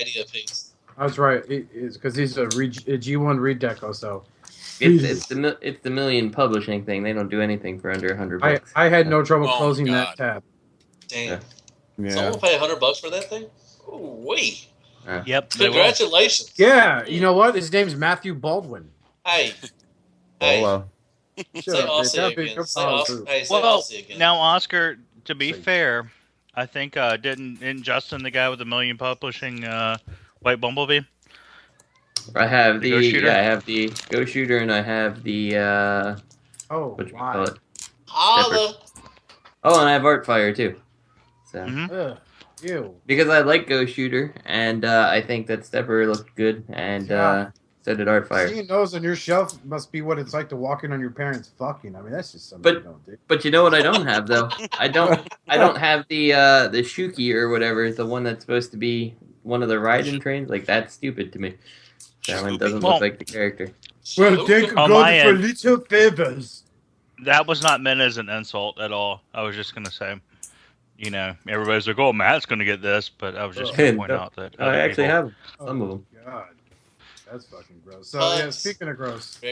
Takara Transformers Adventures Origin Drift, based on his RID figure, with an IDW color scheme and an IDW head, but not RID in the Adventures line, and comes with a jazz. And wait, what? No. I said all that. Yeah, I thought this was. I thought this was random as fuck. Like, I get what they do, but this was just like, what? Wait, huh? Why don't you just put out the drift with like IDW paint? You know what I mean? Like the generation or the classics drift, whatever the fuck it was. Yeah. What you got, Lenny? I think I saw this shared on like 15 Facebook pages yesterday, and I didn't click on it once. The sword the sword was always a little big, but good night. Is it a big one? It's huge. I think looks like not bad. Looks like he brought his dad's sword to the fight. Alright. Yeah, Jay doesn't know I took this. I'm gonna kick some fucking ass. You know, I brought my dad's sword to a fight once. Did you look? And I got put in foster care. Drift Origin 3 pick, Justin, the one with the. No, that's just one of Hexatron's swords. Yeah, that's what it looks like. They're like, how do we Brought make this- this appealing? Quit, take that one from our 6-shot. Oh, I'm sorry, boss. I mean the piece of shit third-party Hexatron figure. Yeah. That one. I see. Yeah, even If they were oh, go ahead. No, you finished your thing. I'm sorry. You paused so much. I thought you were. I'm sorry. No, Finish what you were gonna say. Your jokes are funnier than mine. I was gonna say I was a fan of the alt mode for this figure. I really was, but seeing it now, like up close, I had this pre-order.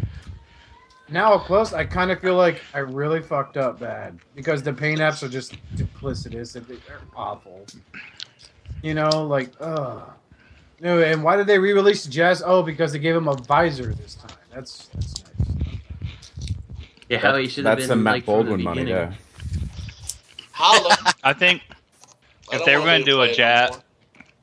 if they were going to do a drift origin, why not retool something? I mean, if they're going to go that far out to try to like touch on the IDW, why not make a deadlock? They did. Yeah, that's coming too. Well, That yeah, shitty but repaint. that's not in the same line though. That's True, an exclusive. Yeah, why not make something? Oh, that's right, because they want the Japanese to buy the Takara Tomy exclusive, because Takara Tomy exclusives are meant from Japan. That's right. Sorry, I forgot to teach myself my own lesson. Never mind. Or as I call this, Bobby Skullface Christmas gift. And as I call it, future Toys for Tots gift. Oh, you should. And then as the Toys for Tots call it, what the fuck is this guy thinking? Give it back to him. Then you're arrested. The kids love this shit. Why is the man No, in they the don't. mask giving me toys? Yeah. Isis! Why's Nick Barry coming near me? Get Do that this Nick for Barry away. straight up. I mean, America, right, America. Neck bears. Yeah, that was awful. That was. Not as awful Man. as the next thing. This thing's Oh. scary. Hold on. Okay. Oh no, I was gonna say this ain't Hold on. scary. I was gonna I need open up my adults. show notes. I need an adult. I need some positive reassurance. Stranger danger. Man, Stranger we're danger. top- next topic, fucking Takara. Every time I go to bat for you, you go and pull this kind of bad shit. Takara No. movie advanced Dark of the Moon mold size wipe, who was really in Revenge of the Fallen, and I think maybe for a second. Pre-order. What the fuck is this? Like, who thought this was a good idea?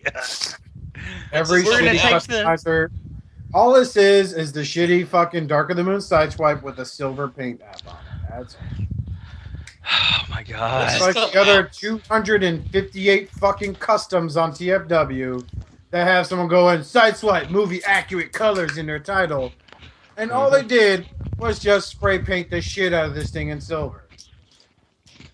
That's all. That's all there is. Does he I even just have his wanna mech know, alive? I No, just they wanna know when actually this gave comes him out. cross. No. Instead of that shitty fucking mech tech gimmick, he's got the same weapons that Crosshair carries. Because reasons. Fuck yes. Pre-order.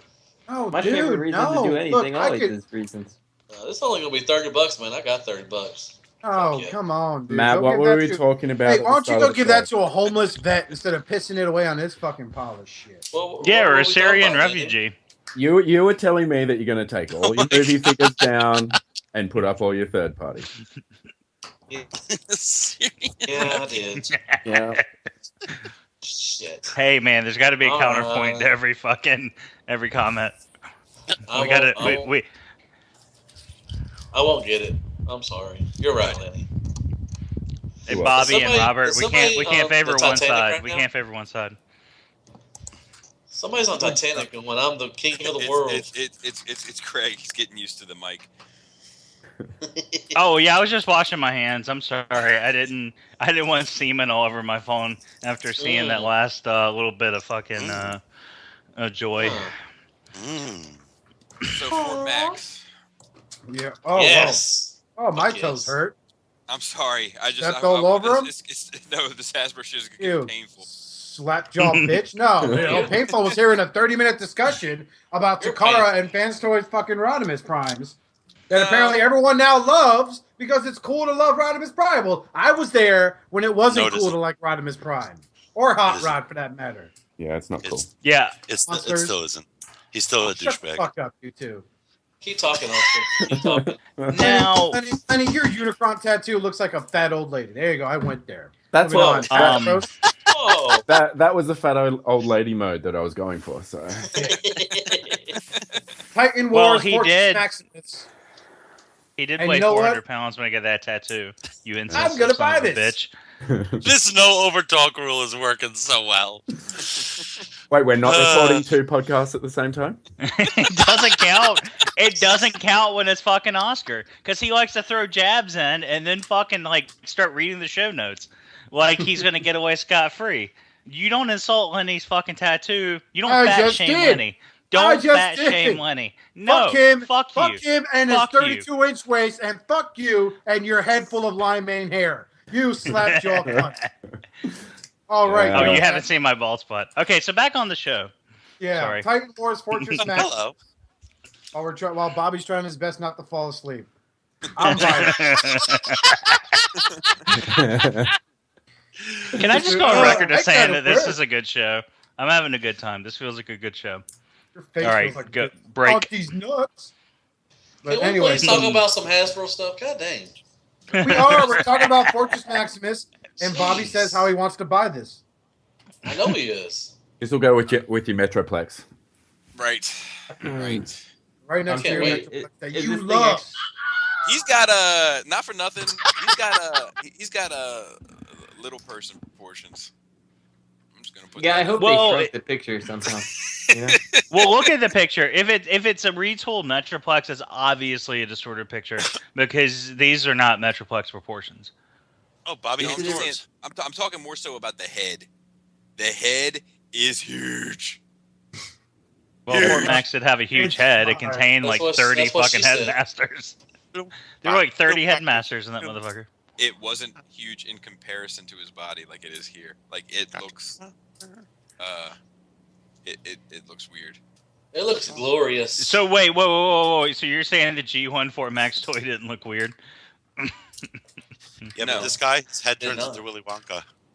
I'm not talking about the G1 Fort Max, so I never had it. I'm just talking about the G1. I'm just talking about the G1 Fort Max, like the not the toy, just the fucking. This is glorious. Oh, the animation model. Oh yeah, sometimes. Hey, I'm getting this. I think you'd be hard pressed to find Fort Max with a head this big. This is a big head. This is a big ass head.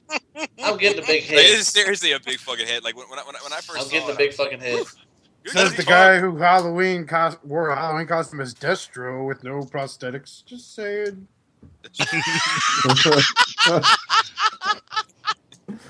I could not believe this figure has such a huge head. Hey, my rule with costumes is play to your strengths.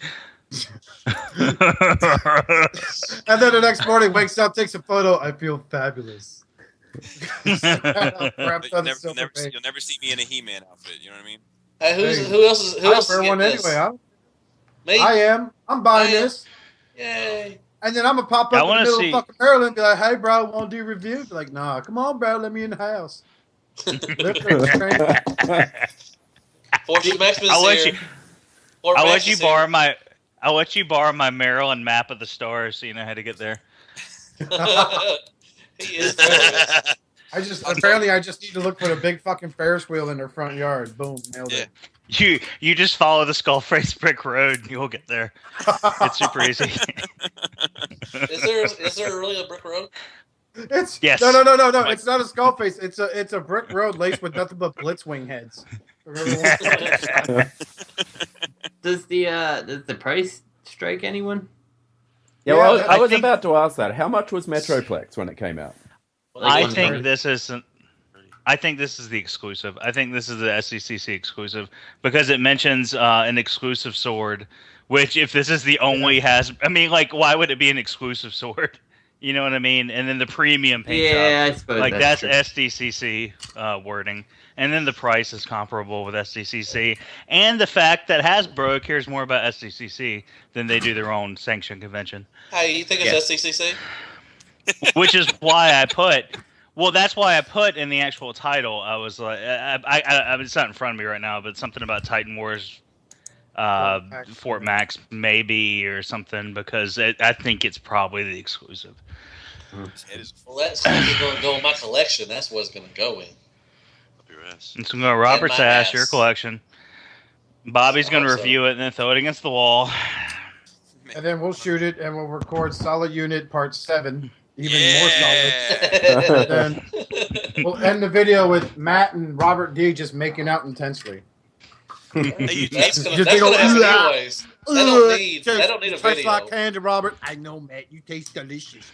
Blah, blah. Did I they don't think send you Solid that Unit video right as there. well? Lips like sugar. Come on, to our Sugar discussion of the week. kisses. This first one What the here fuck is going is for moving on to our discussions of the week. Discussion topic number 1. Botcon 2016 brochure is online. It is. Hey. All right. PDF file. Hey. If you pay for your hotel room, you better be careful. Because apparently Botcon owns the hotel and can kick you out of there now. Yeah. It's in apparently it is in the fine print for the Botcon block rooms. I think it's for. I think it's Now for that- every, I think it's for every. It's most conventions have that. Like the whole parts party thing, the whole selling shit out of your room is like a tradition, but it's fucking technically unlawful. Is what it But is. yeah, exactly. And that being said, they've come back and said, well, this was only for 4 or 5 individuals, trying to and specifically the guy that runs TF Source, Captured Prey, Chosen Prime, and probably Agabus, who are known for setting up and selling stuff. Great. That's fine. So put it in the dealer information, not the main brochure. But what they did was they tried to do a blanket scare tactic. Because most people that are dumb enough to go to BotCon are dumb enough to think that they can enforce this rule room to room. Which is That's fucking just hilarious. Yeah, exactly. It's pathetic. It really has. You have I gone don't think from I got shotguns. And wasn't it? So- Was it Agabus did the third party? Across the fucking across the street. Yeah, last so year. just follow suit and get your shit across the street again. You know. And he even had a T-shirt. Yeah, He even had his own badass. T-shirt. The It is T-shirt's badass, even though it has Kronos on it. But yeah. It really So, yeah, does. just- I'm sorry. Go ahead, Bobby. No, No, you're good, buddy. You're good. Bottom line is that hearing this and them saying they could exile you from the hotel, which we all know is unlawful, but if you read the fine print, blah blah blah blah blah, you know, it kind of really makes me lose respect for the people that put this convention together. That you would stoop so low to rob. You know, it's one of those guilt. Like my first Transformer collection was this past TFCon. You know, and going to parts parties or to do hotel rooms selling shit at fucking 11 o'clock at night with questionably Or dressed orgies. individuals stealing parts. You know, fucking it was part of the experience. You know, I had fun. You know, and to go ahead and say, nah, that's not going to happen because if they're selling stuff that infringes on Hasbro IP, then we have to ask you to leave. I think it's fucking bullshit. I would not fucking No, I'm done. No, I'm done. I have a solution. Well- I mean, I have the solution. Go for it. The door's closed. You can have a sign-up parts party. Anybody who wants entry has to sign a release, sign a waiver that any individual acting on behalf as an agent of Fun Pub or BotCon hereby waives that section of the brochure, and it is no longer binding upon this room. Anybody who enters. So But it's acting a as an hotel. It's a hotel rule. doesn't matter. And once that person signs that waiver and enters the room, they've waived it on behalf of the entity that would enforce it. No, the hotel. Well, will and enforce it. also, it's not Wait. it's ahead. a block rule. It's a block rule. It could So, be waived. It could be waived individually. It can be waived. If you get a room outside of the block, then you're fine. You're exempt from the block rule. But the way they put it in the brochure, it implies it's the entire hotel. Well, I think it is. Like it's a block rule in this brochure, but I guarantee you that the hotel itself, if they were going to follow such rules that Fun Pub seems to want the hotel to enforce, the hotel can enforce it anywhere on their premises. Like the idea of setting up a market space in a hotel room, I'm sure is unacceptable by hotel room rules. It's whether or not the hotel gives enough of a shit to enforce it. Well, they should. If that's the case, then they shouldn't have had to put a special clause in the block room registration. And then even that goes back to my point. But that's Hasbro saying, like, it's look, everybody turns a blind eye to this.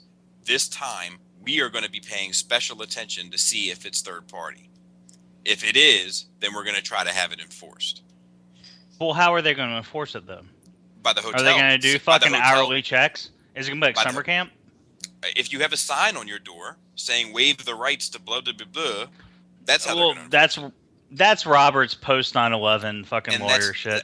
That's who I'm No, the second they can't kick you out. If they go in the room, they can't kick you out because they've already waived that portion of the rules. But I'm just going to put a sign up that says no girls allowed, and that way I know Fun Pub won't come. They're imposing rules when you walk in the setting, but you can have waive the rules. Everybody get your trench coat ready. Get your trench coats. But the rules are still the rules. The hotel doesn't need to sign your paper to make entry to that room. Why not? Why? That's your room. You have right to privacy to it. They can't just enter your fucking room. But I'm sure they. I know they can't just kick the door in.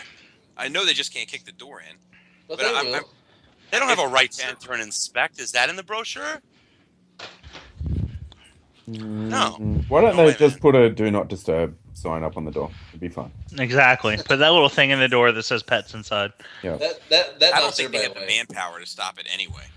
I think it's just cloud talk. Well, that's the whole issue. It's not that they can enforce it or they will enforce it. It's the threat. It's the fact that it is just talk. And yeah, maybe they can enforce it. Yeah, maybe they can enforce it on the 4 dealers that they're looking at. Probably won't fucking pay for a table anyway because every dealer I've talked to says it's a loss because they overpriced their tables. So it's just the fact that they were brazen enough and ballsy enough to throw that in the brochure, and not even just to the dealers, like just saying to the dealers. They said to everybody. They implied. The implication was there. They made a terrorist threat. Okay, fine. That's reaching, but I'm keeping with the times here. They made a threat to everyone there. America. They made a threat to everyone at the hotel. Straight up. They're implying. Fuck yeah, not saying they're saying, but they're implying that if you have a grenader in your room, that they're going to throw you out of the hotel. You're fucked. If you got a grenader, you're fucked. That's the implication. You could actually throw it at them so you could get away because it's pretty heavy. You could probably kill somebody with that thing. Yeah, you could probably hurt somebody with that damn thing. All I'm saying so is, a $500 shitty toy is okay, but Nero Rex, yeah, you're getting thrown out. All I'm saying is, fuck Botcon, fuck Fun Pub, go to TFCon, you won't have any problems with this. And this is from Hail Hasbro. This is from Hail Hasbro. This is what you've done. This should be the this should be the wake up call to Fun Pub right here. But Greg, you're right though, because Matt was Mr. Die Hard. He was buying all this shit. Yep. I still am. He was. Shh. So you're a sellout. You're a faker. We don't need you on the show anymore. I'm out. I'm replacing you with a silhouette. I don't want to be a player no more. Okay. Could be a silhouette of a. Speaking of not wanting to be a player anymore. Next discussion topic. I crush a lot. Optodramamus. Hi. Hey, Greg. So, high five. Schmorshman. What brought this on? Okay, so he had a series of Facebook posts apparently. One, it started with a Batman the Animated Figure post where he said something along the lines of, like the views, like, I'm really upset, the views aren't as high for my Batman animated figures or whatever, my DC figures. They're not doing as well. So if the views don't go up, I'm going to stop doing them. Which, I don't know this guy, but in my head, like like, okay, so like now I'm nowhere near Out the Box coming up on like 200,000 subscribers, right? He's one of, if not the biggest Transformer. He's one of the first reviewers. So, but like my Friday videos are always non-Transformers, and they always perform poorly in comparison to the Transformer ones. But I don't give a fuck because I want to do it because I want to do it. High five. Now I'm in the same breath, I'm not doing this as a career. So he's got to make decisions that are right for his career. But what he should be doing is looking at the numbers, in my opinion, and saying these aren't performing. This is not good for my career. I'm going to stop putting in the effort to do them. Like so that should have been that settled.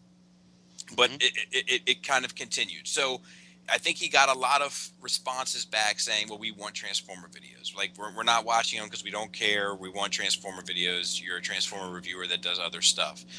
And he's kind of going on to make a name for himself doing stuff outside of Transformers. Like, when you get into Hot Toys and all that kind of shit, like, it's a whole different market. And those people are fucking, video viewers because their toys are costing $200 to $500. So they want to make sure that they know what they're getting.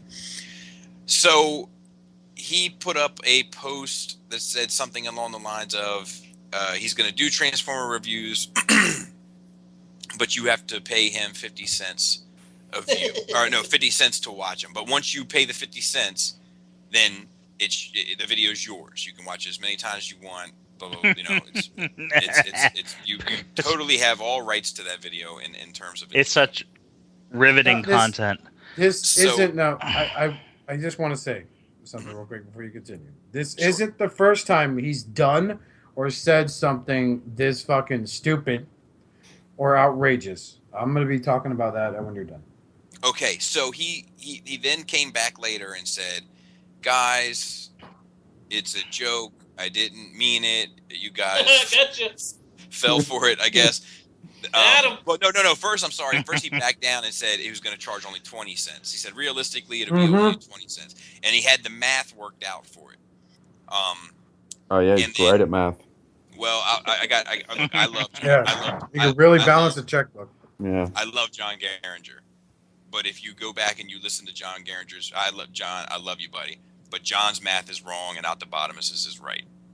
So I say that. I only make a point of saying that. Actually, Out the Bottomus said it would be 9 cents. The truth is, it would be about 11 cents if the numbers were correct. But he's a lot closer than, like, at some point, John Gehringer in his head substituted $1 for $100 and then went forward with the math, but it didn't work out.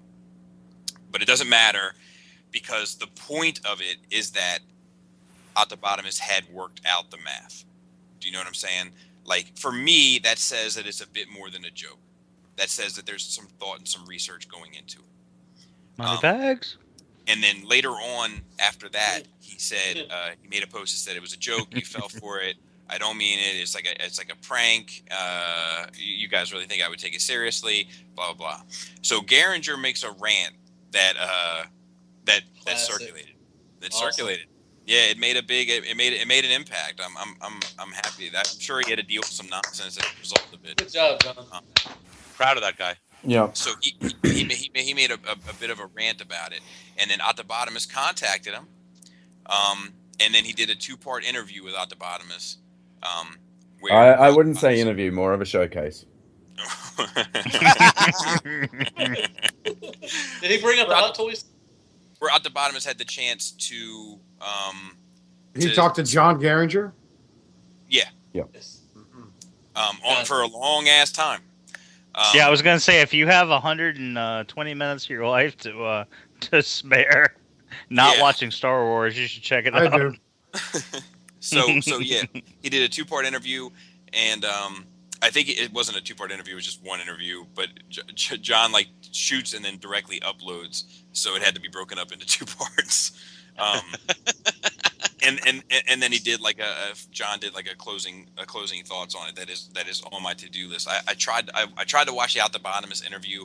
I made it about 25 minutes, and then I had to tap out. Unfortunately, I couldn't take it anymore. that's the kill frequency. That pitch of his whine just makes me want to fucking go out and commit domestic terrorism. Did you say where he he's was just he like, was Ben, and I'm like, I gotta blow up a shopping mall. God damn. I don't. Okay. Let's make one thing clear. When we started this a while ago, we said we wouldn't, and this would definitely applied to me more than anyone else. We wouldn't go off kilter and start mentioning reviewers in a negative light. But this instance, it's different. And here's basically what my retort to, because if you remember the Shadowcast Free for All, you know the almost Murica photo I took of me wearing a Hail Hasbro t-shirt, sitting in front of a G.I. Joe fucking blown up action figure case and drinking a Mountain Dew. I posted that photo to his, to that Facebook. And fucking, I mentioned he was greedy, and you know what? I'm wrong. He's not greedy, but what he is in my book is detestable. And this is probably the last time I'll ever talk about this individual, but basically the fact that in the past, remember, he pulled other stunts as well that involved crowdfunding of some kind. For the TF Expo. Yeah. So, when I saw that, dude, it really irked me. Like, I ain't looking at details. I didn't care. Garinger went into details and all that stuff. And I just, again, I didn't care much to hear about it because by then I was just basically done with this guy. And I'll tell you why, because I've heard, I say he was one of the first Transformer reviewers. I believe he was. It's like him, Bolt Matrix, Sean Long, a few other guys, PL, whatever. There's other people too. I'm forgetting them, and I mean no disrespect to them for that. But when he started off, he tells his story. Oh, I was living out of a car, and and if I was able to afford a hotel room for the night, and if they had free breakfast, I'd load up the plate so much so I have food later on the day. And I kind of started to respect him, but when I started seeing the way he treated a lot of his fucking subscribers, whether it be basic reviews, observations or critiques about his video, his replies, it sucks because it's text. You can't tell if there's a tone or if he's being sarcastic, whatever the case may be. Right. He kind of came across as kind of a fucking scumbag. And I'm going to be real on there. And again, this is me saying it. I don't represent the fucking podcast. I'm not representing anyone else's thoughts here, but this is me. But basically, with all that shit that he's done in the past, I understand you kind of have to defend yourself when some guy goes, oh, look at the grown man playing with a fucking toy. But it's another thing when I see you just jump down the throats of some of your subscribers when they make an observation or a critique of any kind. I have written this guy out of my book, period. I think if anyone is seriously considering sending him any fucking money, you are literally making a massive mistake. There are things that money can go to other than his pocket that benefit him. For a guy to reply back to somebody when they said, why don't you sell some of your hot toys? You got the thousands of dollars there. And his reply was, why should I sell something that's obviously provided you with entertainment in the past? Those are mine. Well, the thing is, I'm sorry. No, I'm done. I'm fucking done. I'm done talking about it. The thing is, I agree with you. I've seen some stuff that people have screen capped and sent to me when they've been upset or whatever, but where he's spoken to people a certain kind of way. That I personally would frown upon. And the thing is, I frown upon it more so with him, just because this is his job, right? It's his career. So who is he working for? Do you know what I mean? I feel like he's working for the viewers. All of the people that he called idiots on the Garinger video, pretty much. So that exactly. So that to me is just it's poor customer service. It's not a good business practice. But that's his right. The other thing is this is how I feel about all this shit. If he wants to charge 50 cents a video, I'm not paying for it. I'm obviously not paying for it. And nobody that I know would pay for it. But if he can do it and people want to buy it, more power to him. Right. I don't give a shit. The Patreon and all that stuff, if people want to spend their money that way, let them. I mean, what he's doing, I'm not sticking up for him, but what I'm saying is that what he's doing takes work, it takes ethic, and it takes effort. And if people want to pay for it, then fine. Go ahead. Was ethic a mistake? Yes. Freudian slip. Yes. Okay, I just want to make sure. Yes. Absolutely. I was about to call the fucking white coats on you. No. It's it's just one of them things. Like if like Patreon and all that shit. Like I don't have a problem with any of that. Like if you want to have that as a thing and people want to contribute to it, then why shouldn't you? You know, like. And I think that it probably would not have worked out for him very well, the 50 cents a video thing. But who knows? I've been wrong plenty of times. Just in this past 2 weeks, I've been wrong plenty of times. So who knows? Yeah, you have. So it was just a joke anyway, a really funny joke that everybody lauged at and found hilarious. Did you say it was glorious? Look, the thing is, I've always said this. Look, the thing is this, right? Bottom line, when it comes to him, and again, I respected him in the past, but then my respect for someone changes when I see them basically acting like an asshole 98% of the time. But when you put your hand out, expect handouts, and your excuse is I've entertained you, you need to hook me up, I think that puts you on a different level. When it comes to guys like me, you understand? And if you know what, you're right. If he wants to go ahead and proceed with this fashion of, they got to pay me 20 cents to view a video, knock yourself out. You're either going to fucking succeed and make more money because clearly you're not fit to do any fucking thing else for your life instead of sitting in front of a camera, behind a camera and play with a toy, or you're going to fucking, crash and burn and you're going to learn your lesson and you're going to move forward. And you're going to go back to your roots and understand that you kind of need the respect in order to move forward. But that's just my observation. Who is fucking yawning like that? That was so rude. That really fucking was. Oh, my God. Let me just say something really quick. Okay. You know what I said when I saw that it was a joke? I said, well, that's egg on my face. Yeah. I did not. That's all I'm saying about this, because I do not have a goddamn nice thing to say about this guy. So I will go and defer to my 5-year-old education, which said if you have nothing nice to say, don't. So y'all see where he was when people would just say something negative about him, he would like, well, you want to get on a call or something? Do you want to talk or something about it? Like, no, dude. I'm giving out my opinion about you. It may not want to have a one-on-one with you or anything like this. Nobody's going to be proving somebody right or wrong because, you're going to see it your way and I'm going to see it my way. And I think he was just a pompous ass. Basically, he made, I think he made $60,000 last year on doing this shit. Get a job. Do something. Do something with your life. Get a job. Well, I don't think, he made $60,000. I don't think he needs to necessarily get a job. Go ahead, Robert. Well, you ain't going to make $60,000 anymore on this YouTube stuff because they're cut down on that shit. They're getting a little cheap on you. Yeah, but we don't know what he's making off Patreon. There's a lot of other shit going on there. Well, go ahead, Robert. I'm sorry. What I'm trying to say, right? Your knee-jerk reaction in any business situation, when the person you're speaking to starts crying poor and purports to show you proof of how poor they are, they're fucking lying. And that's exactly what he started to do on John's interview.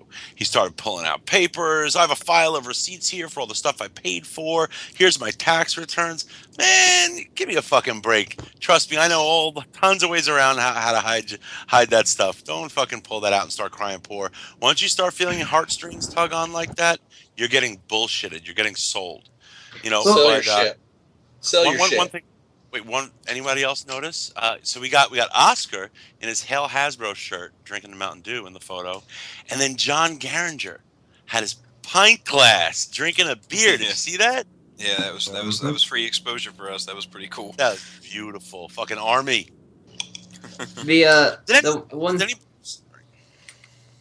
I was going to say now. I'm sorry, Justin. No, it's okay. I was just going to ask, anybody believe him? Does anybody know anybody who believes him? That it was a joke? Yeah. No. I think that if he would have made that post and everybody said, I got my money in hand, I think we would have seen very, very quickly that it was a reality. Yeah, it would not have been a joke. It was a joke because everybody said it was a bad idea. And I think that even if it was a joke, let me say this too. Even if it was a joke, but his response on Facebook was positive, that shit would have became not a joke, the next day.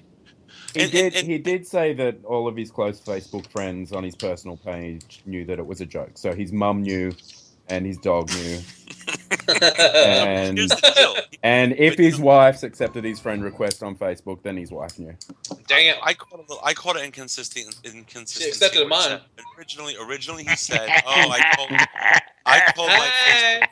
He said, "I told my personal friends yesterday that this was a joke before like disclosing, like releasing this."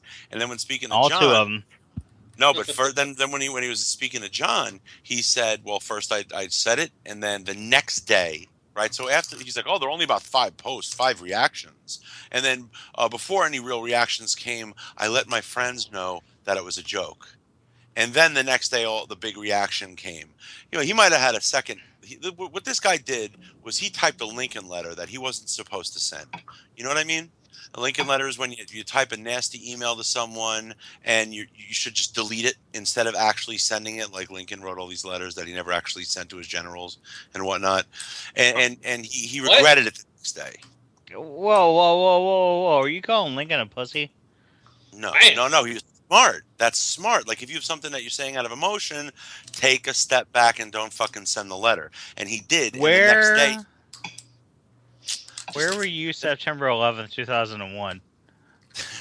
I was actually trying to call in sick to my job, and my fucking boss made me walk to work up 2nd Avenue in the East Village while the towers are coming down in the 2nd Avenue behind me. It was horrible. Were you walking away like a Michael Bay film?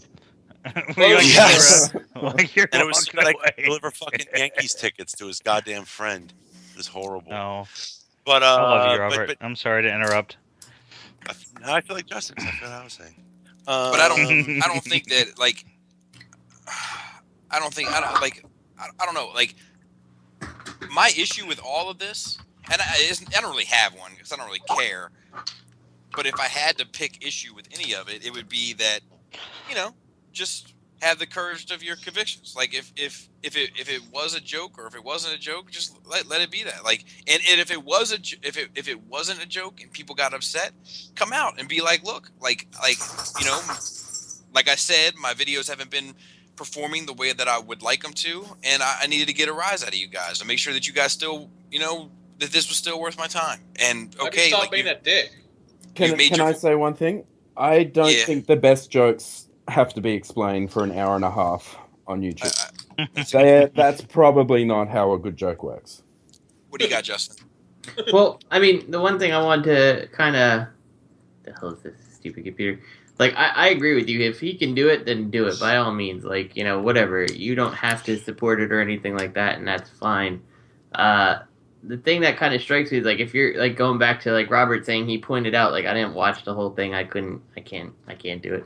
But, like, if he's pointing out all the things, like, I spent, like, well, how about every other person who chooses to review, too? Like, I've spent a lot of money on this stuff, and I haven't gotten, like, a fraction of it back from YouTube. Like, I'm not asking for anything from there. Like, if you are really making yourself poor buying these things, then maybe you need to go ahead and reassess what you're doing for your job for a year. Like, if you are making $60,000 and all $60,000 of it is going to toys, so you're actually coming out in the 30. red. He said 30,000 goes towards toys. Well, whatever. So 30,000 goes to toys, and 30,000 goes to the rest of your life. So you can't actually afford to go on vacation or stuff. Like, maybe you should buy some, less things. Maybe like 20,000. Maybe 20,000. Yeah, you're not collecting for the right reasons. And like, I mean, like, it's everybody has the problem. Like, I could have more money if I wasn't buying toys. Like, that is abundantly clear to me. But I still enjoy the toys. I'm not doing it for making 60,000 on YouTube because I'm not, and I never will. Right, but he is. Right, but still, regardless, like, don't come back and be like, well, see, look how much I'm spending. Like, well, fuck you, I'm spending, money too on this, but, I go out and I work a 9 to 5 so I can afford it, and this is just fun for me, and, like, like... Right, but it's not fun for him. I mean, it may not be fun for him. I think that the fact that it is his job, like, that's got to be taken into account. Like he's gotten to a point where he can make a living off of it. Right, and that's great. That's good. I'm glad you can, but at the same time, like I said, I don't have sympathy for you if you can't balance your bills with your job. I'm not saying sympathy. I'm not saying sympathy. I'm not saying sympathy. I'm saying an understanding. an understanding fuck of that understanding shit, man. So I'm supposed to feel sorry for you? Make $60,000 and you spend 30 on fucking toys? Go fuck yourself, man. Did I just say not sympathy? I don't care. I'm not talking about you, Obviously. Bobby. I'm not talking. I'm just saying. He came on saying. He says, "I'm supposed to feel sorry for you because you make $60,000, but you spend $30,000." I never said you did, Bobby. I'm talking about him. He never said that. He never said that. Is what I'm saying. No, but he was acting like it. He's acting like it. That's why he's pulling the money card, because he's trying to elicit sympathy for his position, because even though he's not outwardly admitting that he meant it. He didn't outwardly admit. He's not admitting that he meant it, and that but all of his conduct afterwards reveals that he's trying to make you. He's trying to engender like a sympathetic response towards him. But he's so fucking prideful, and he thinks so low of his viewers that instead of admitting the truth to them, he thinks they're stupid enough to believe I was just kidding. And you can just tell by his mannerisms. You don't need any. No, I agree. I agree with you in that regard. But like the stuff, like I'm just saying that overall, it's not always that cut and dry. Like the TF Expo shit, right? Like, and if you read in Geringer's comments, there's some interesting comments made from the TF Expo dude, the dude Carol who we had on the show. Some very, very interesting comments. But if like what he said there, like, you know, like him saying, like, look, this is my 9 to 5. If you guys want me to go here, that's cool, but I need help to do it. And, you know, that, like, I don't have, like, it's not the way that I would do business, but I don't have an issue with that. Like, if I loved the guy enough and I loved his point of view enough, and if there was anybody that I was into that much that I wanted him to go, I would donate for it. Mm-hmm. Right. That's not wrong. Well, what comments are you referring to? Stuff on there about it was Carol's reaction to Octobottomus's I guess general attitude and way he kind of carried himself while he was there.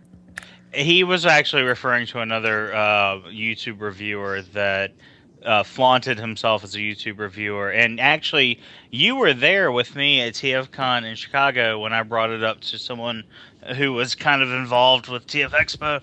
You may or may not remember it. I know you had a lot on your plate that day, but he was referring to someone else. Well, he was referring to what was said about another YouTube reviewer that was there made a royal ass of himself. Yeah. So was it a dessert? It was a baked good. Yeah. So he and then he did the noble thing, and he came back and he edited his comment and said, "Oh, I was wrong. I was referring to someone else." So actually good on the guy for actually admitting he made a mistake instead of just letting the shit ride. And turn into fucking bad gossip. Yeah. Let that correction stand. I mean, it's easy to get one shitty reviewer and another shitty reviewer mixed up. I mean, let's be honest. So. Now let me be honest with you though, like, because I don't think anybody here believes that it's a joke with him. But like, if he had came out and said, "All right, you know, like, you know, I hear you. You guys are not interested in it. Like, okay, I won't do that. You know." And explained his stance, you know, some way. Didn't go like, "Oh, it's a joke." Like, I think I'd have more respect for you. But you know, like Robert said, you're saying it's a joke to try to make, you know, expect people to think that, you know, or basically calling your fans idiots that aren't going to realize, you know, it wasn't really a joke, you know. So, if you just came out flat out and said, "Okay, I won't do it because your outcry said it's not a good idea, and so I won't." Right. Then, that's what I think he should have did. Be a man. I think he should have done that even if it was a joke. Like, even if it was legitimately a joke, I think he should have had a moment and been like, "Shit, they're never going to believe it was a joke now." Yeah. Let me just come out and apologize for this shit. Or not, you know, just say like, "Look, like, you know, you guys have made your voices clear. I'm here to provide videos for you. You guys are telling me what you want.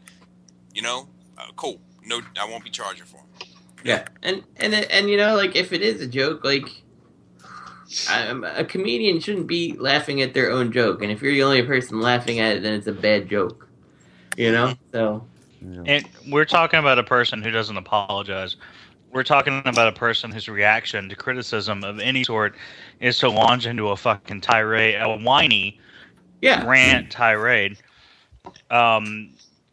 And I like how someone in the Garinger comment, someone brought up his G1 Devastator review, where he goes, honestly, guys, if you don't have G1 Devastator in your collection, you're not a Transformers fan. You are not a fan of G1 Transformers. And I was part of the comments like back in the day, and I'm like, so you're saying that if I don't own this figure, I'm not a Transformers fan? And other people were like, "What? Like that's kind of fucked up." And like it went on and went on. He's like, "Well, that's not what I was saying. What I was saying was, you should have this." I'm like, "But that's not what you said." And it's like, what if I used to have this and I can't afford to replace it? Blah blah. Blah. You know, and there was all these situations thrown at him. He's like, "That's not what I said. That's not what I meant. What I meant was," but his excuse for what he meant was substantially different than what he said. So this isn't a guy that apologizes. This is a guy that backtracks. I mean, that's what he's known for. And this is why I don't really have much nice things to say about him. But like back in the day, like he got a sponsorship with Coke somehow, and I don't know how the fuck a YouTube reviewer gets that. But that's whatever. Was that legit? You got it. I don't know, but if it was, that's awesome. That's cool. it was a thing he entered with his video. Was it like a thing to try to get a sponsorship from Coke or something? Kinda. It was a program, yeah. Well, it like was a regardless, thing where like it was a temporary thing where he'd make this quote unquote commercial, and then based on like the reaction, the revenue, that it would continue. Blah blah blah blah. Yeah. So like I mean, like regardless, so he sends this thing, and he's taking flack like crazy in the comment section. And so like I chime in on it. I'm like, hey man, like if you can get a some kind of kickback from Coke for Transformers videos, that's awesome, I'm like, if I had one suggestion for you, it would be like, it feels kind of awkward and forced. Like maybe if you had some kind of like music in there, like stock music or something that you can use royalty free, it'd really make it better. And then like all I got back, like after being like the only person who wasn't being like negative to me, like, well, if you can do it better, then maybe you should. And I'm like, well, go fuck yourself, like. Wow. Now that's where you went wrong. You made a suggestion. That's what you did wrong. Just to play devil's advocate, though, when I went through when I felt like I was being attacked by a troll issue earlier this year, like I was in real heavy defensive. And a guy made a comment and on a separate video, and I mentioned it on our show because I was like, I got my fucking eye on this guy too, and I didn't respond negatively. That's what sets me apart. I didn't respond the same way that he responded to you, Justin. But I was in that zone. My teeth were fucking out, my claws were fucking out, and I was ready. And because I've been dealing with so much negativity, and then. I mentioned it on this show, and then he tweeted at me the next day. He was like, dude, I'm that guy, and I love Shattercast. I love your videos. That's got nothing to fucking do. You know what I mean? Like, I got nothing to do with that other situation. You know what I mean?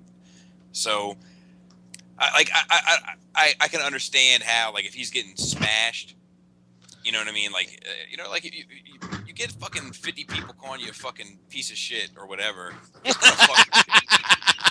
You know what I mean? Like, I don't mean that. I don't mean that to be disrespectful. Like your psyche is what it is. Like, you get enough people fucking talking shit, you're gonna be on guard. Shouldn't you expect that though? If you're doing this, I mean, I don't know, Matt. Like, I would have said that too until it happened to me. I'm just saying, whatever. I mean, I doubt you've had 50 people on one post say you're a fucking idiot, whereas this guy has. So maybe he needs to take a look at himself. Yeah. Tell me if he could be a dick. Maybe it was 30. But it doesn't matter. Much. Maybe he should be a dick. He's known for being a dick to his fans. So maybe you should not be a dick to your fans. And Bobby's just trying to explain his reaction. Well, two things. I know what he's doing. I'm just saying. Two things. I want to mark this as the time that Bobby Skullface advocated Satan. He advocated the devil. Look. He advocated the devil. Look.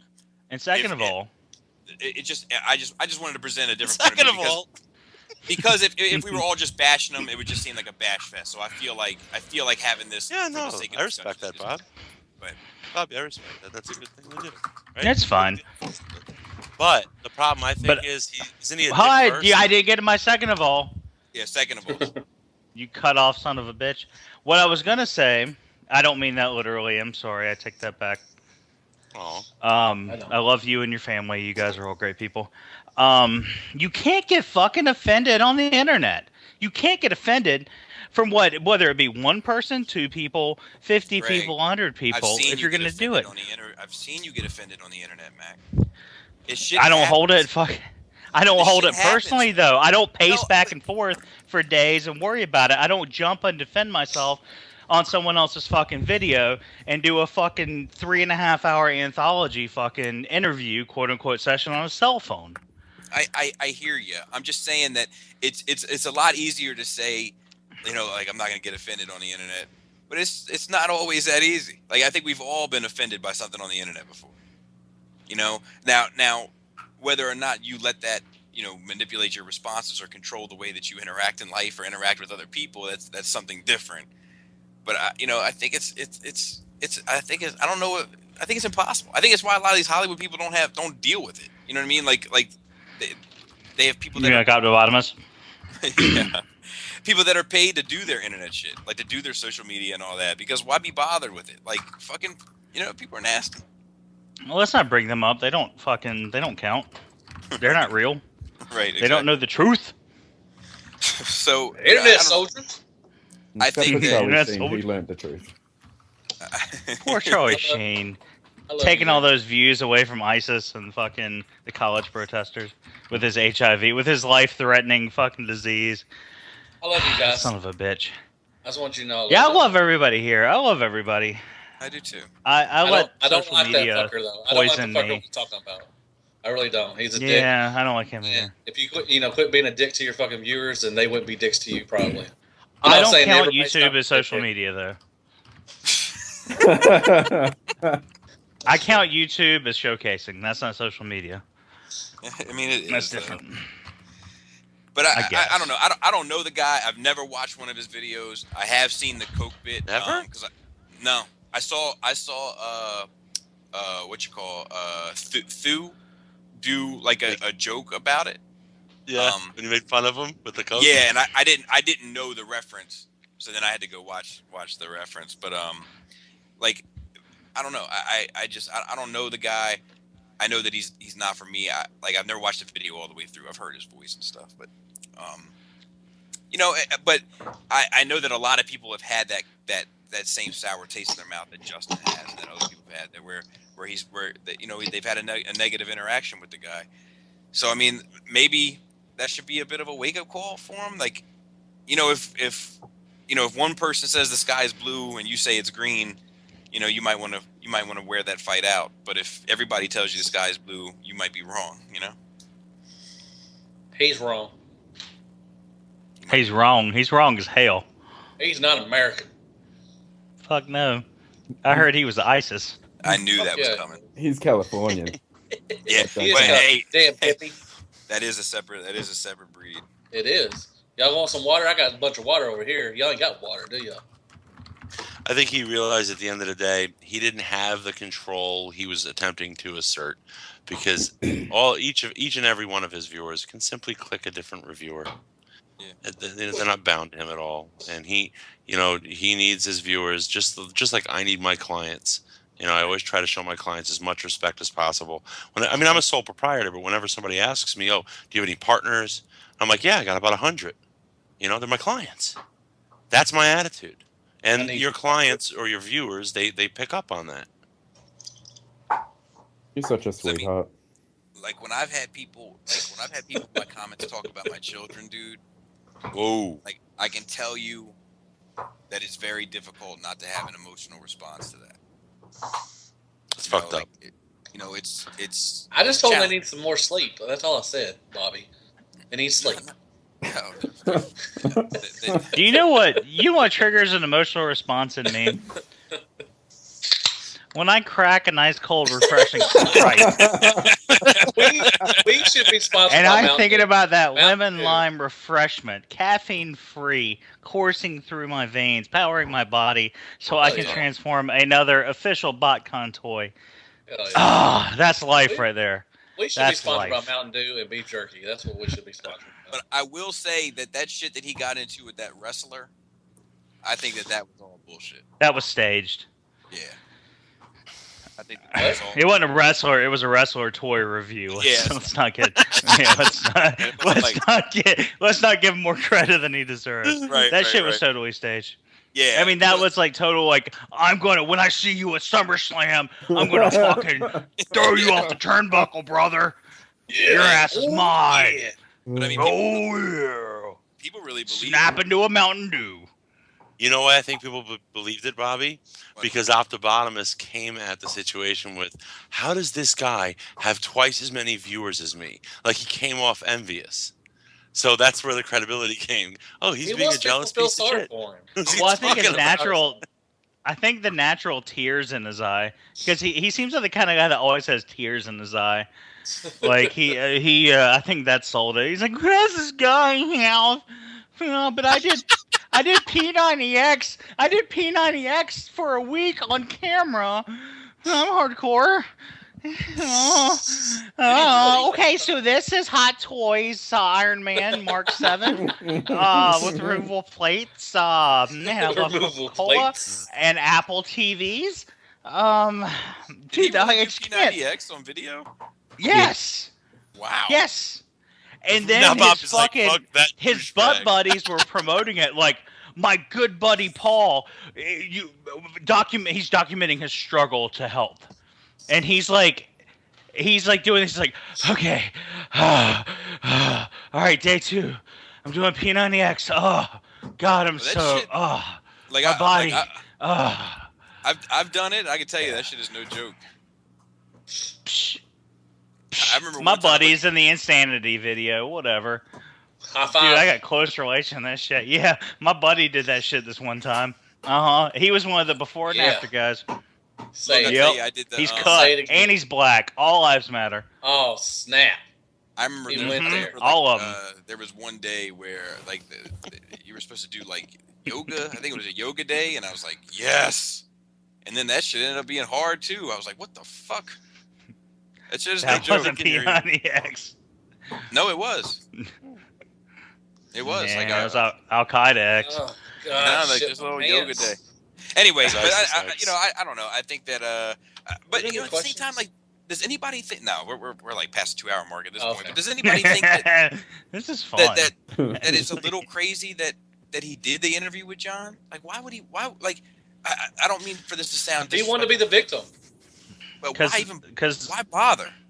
Because narcissistic people like to be in the spotlight. That's the way it is. Yeah, he wants to be the victim. He wants to be like, he wanted to get on there and think John was the bad guy, and he was going to win all his viewers back, and more viewers. And that's what he did. He's a crybaby. He wanted to take all of John's viewers away from him as well. Yeah. No, I think. But we're too smart for that shit.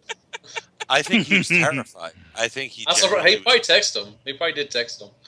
I think he was just terrified that, oh fuck, I fucked up. I better, try to convince everybody that I was joking. Why won't they believe me? And he just kept trying to convince. I mean, that's all. He just wanted to try to convince everybody that attacked him that he was joking, and he can't accept the fact that it's unbelievable. I think Anonymous should attack him or you know who, that guy. I don't want to say his name. Yeah. I think Anonymous should go after him. And you have 24 hours to come clean that your joke was not in fact. We will blow you up. We here at Anonymous do not find humor in your farce. Or we will reveal your Brazilian fart pornography viewing. We will reveal your financial records as associated with the Sideshow Toy collectible group. We know you have the fuck my big ass sex toy in your Where's Justin and Oscar go? I think Oscar fucking peaced out. It's time. I'm still here. I'm here. All right. I think Oscar wished he had peaced out. I hate this. All right, Oscar, you can close this out. Well, no, we have special shout-outs, Robert. Oh, yeah. This is my favorite show ever. We have special shout-outs. This feels like the gang's back together. Like, this feels good. This feels like we're fucking bullshitting in the hotel room at TFCon. Like, this is fun. This is Yule's hotel room, except instead of Yule, we have, or excuse me, no, that was Matt's room. Never mind. Instead of Yule, we have Lenny. But Robert, we do have special shout-outs. Yeah, but fucking if you'd like to go first. Joe keeps fucking posting stupid pictures of his stupid fucking what do you call those little? Spit it out, Junior. If you think anything Joe posts is stupid, you can fucking go to Syria. Yeah, you can go. Just gonna say you get now. So Tyler wants to shout out freedom, and I think Joseph wants to shout out freedom. Let Greg talk, Robert. Shit. Joe wants to shout out freedom. Tyler wants to shout out fuck Chug. Joe says Chug life. Justin L wants to let his wife know that she is the most important person in his life, and she is his number one cuddle buddy. And just because he says his name does not mean that he's thinking about Matt the entire time they're cuddling. And then that one fucking cracked me up, and then I kind of lost the rest of them. There's more though. Yeah. Tyler wanted to also shout out Bald Eagles. Joseph is a beautiful man. He's a beautiful man. And we're supposed to have a PSA on freedom, but if you need a PSA on freedom, you can just get. You can just get out. Get the fuck out and go to fucking Baru. Canada. Fucker. Baru? All right, sorry. Is that Luke's aunt? Baru. Beirut is what I meant to say, but I was trying to say it like a redneck. Sorry, Michael Beirut. You can go to Australia. All you care about. You can go to Australia if you don't like freedom. Wait, they're free too. Get stung by a 7,000-foot scorpion. That ain't even Scorponok. That's Joe. He lives there. He's breathing down my neck. All right. So shard outs. Yeah, that's it. Back to all right, enough, folks. We're good. Yeah, we're good. Yeah, sorry. Sorry, Oscar. So as always, you can check us out on Twitter under Shartered Cast Uncut. And on Instagram, run by our very own Matthew Deluxe Baldwin, Shattered_Cast_Uncut. Catch us there. And you can catch us on Facebook, facebook.com/ShatteredCast. And remember, for the sake of Primus, please collect responsibly and be good to yourselves and each other. Shut the fuck up, Chip!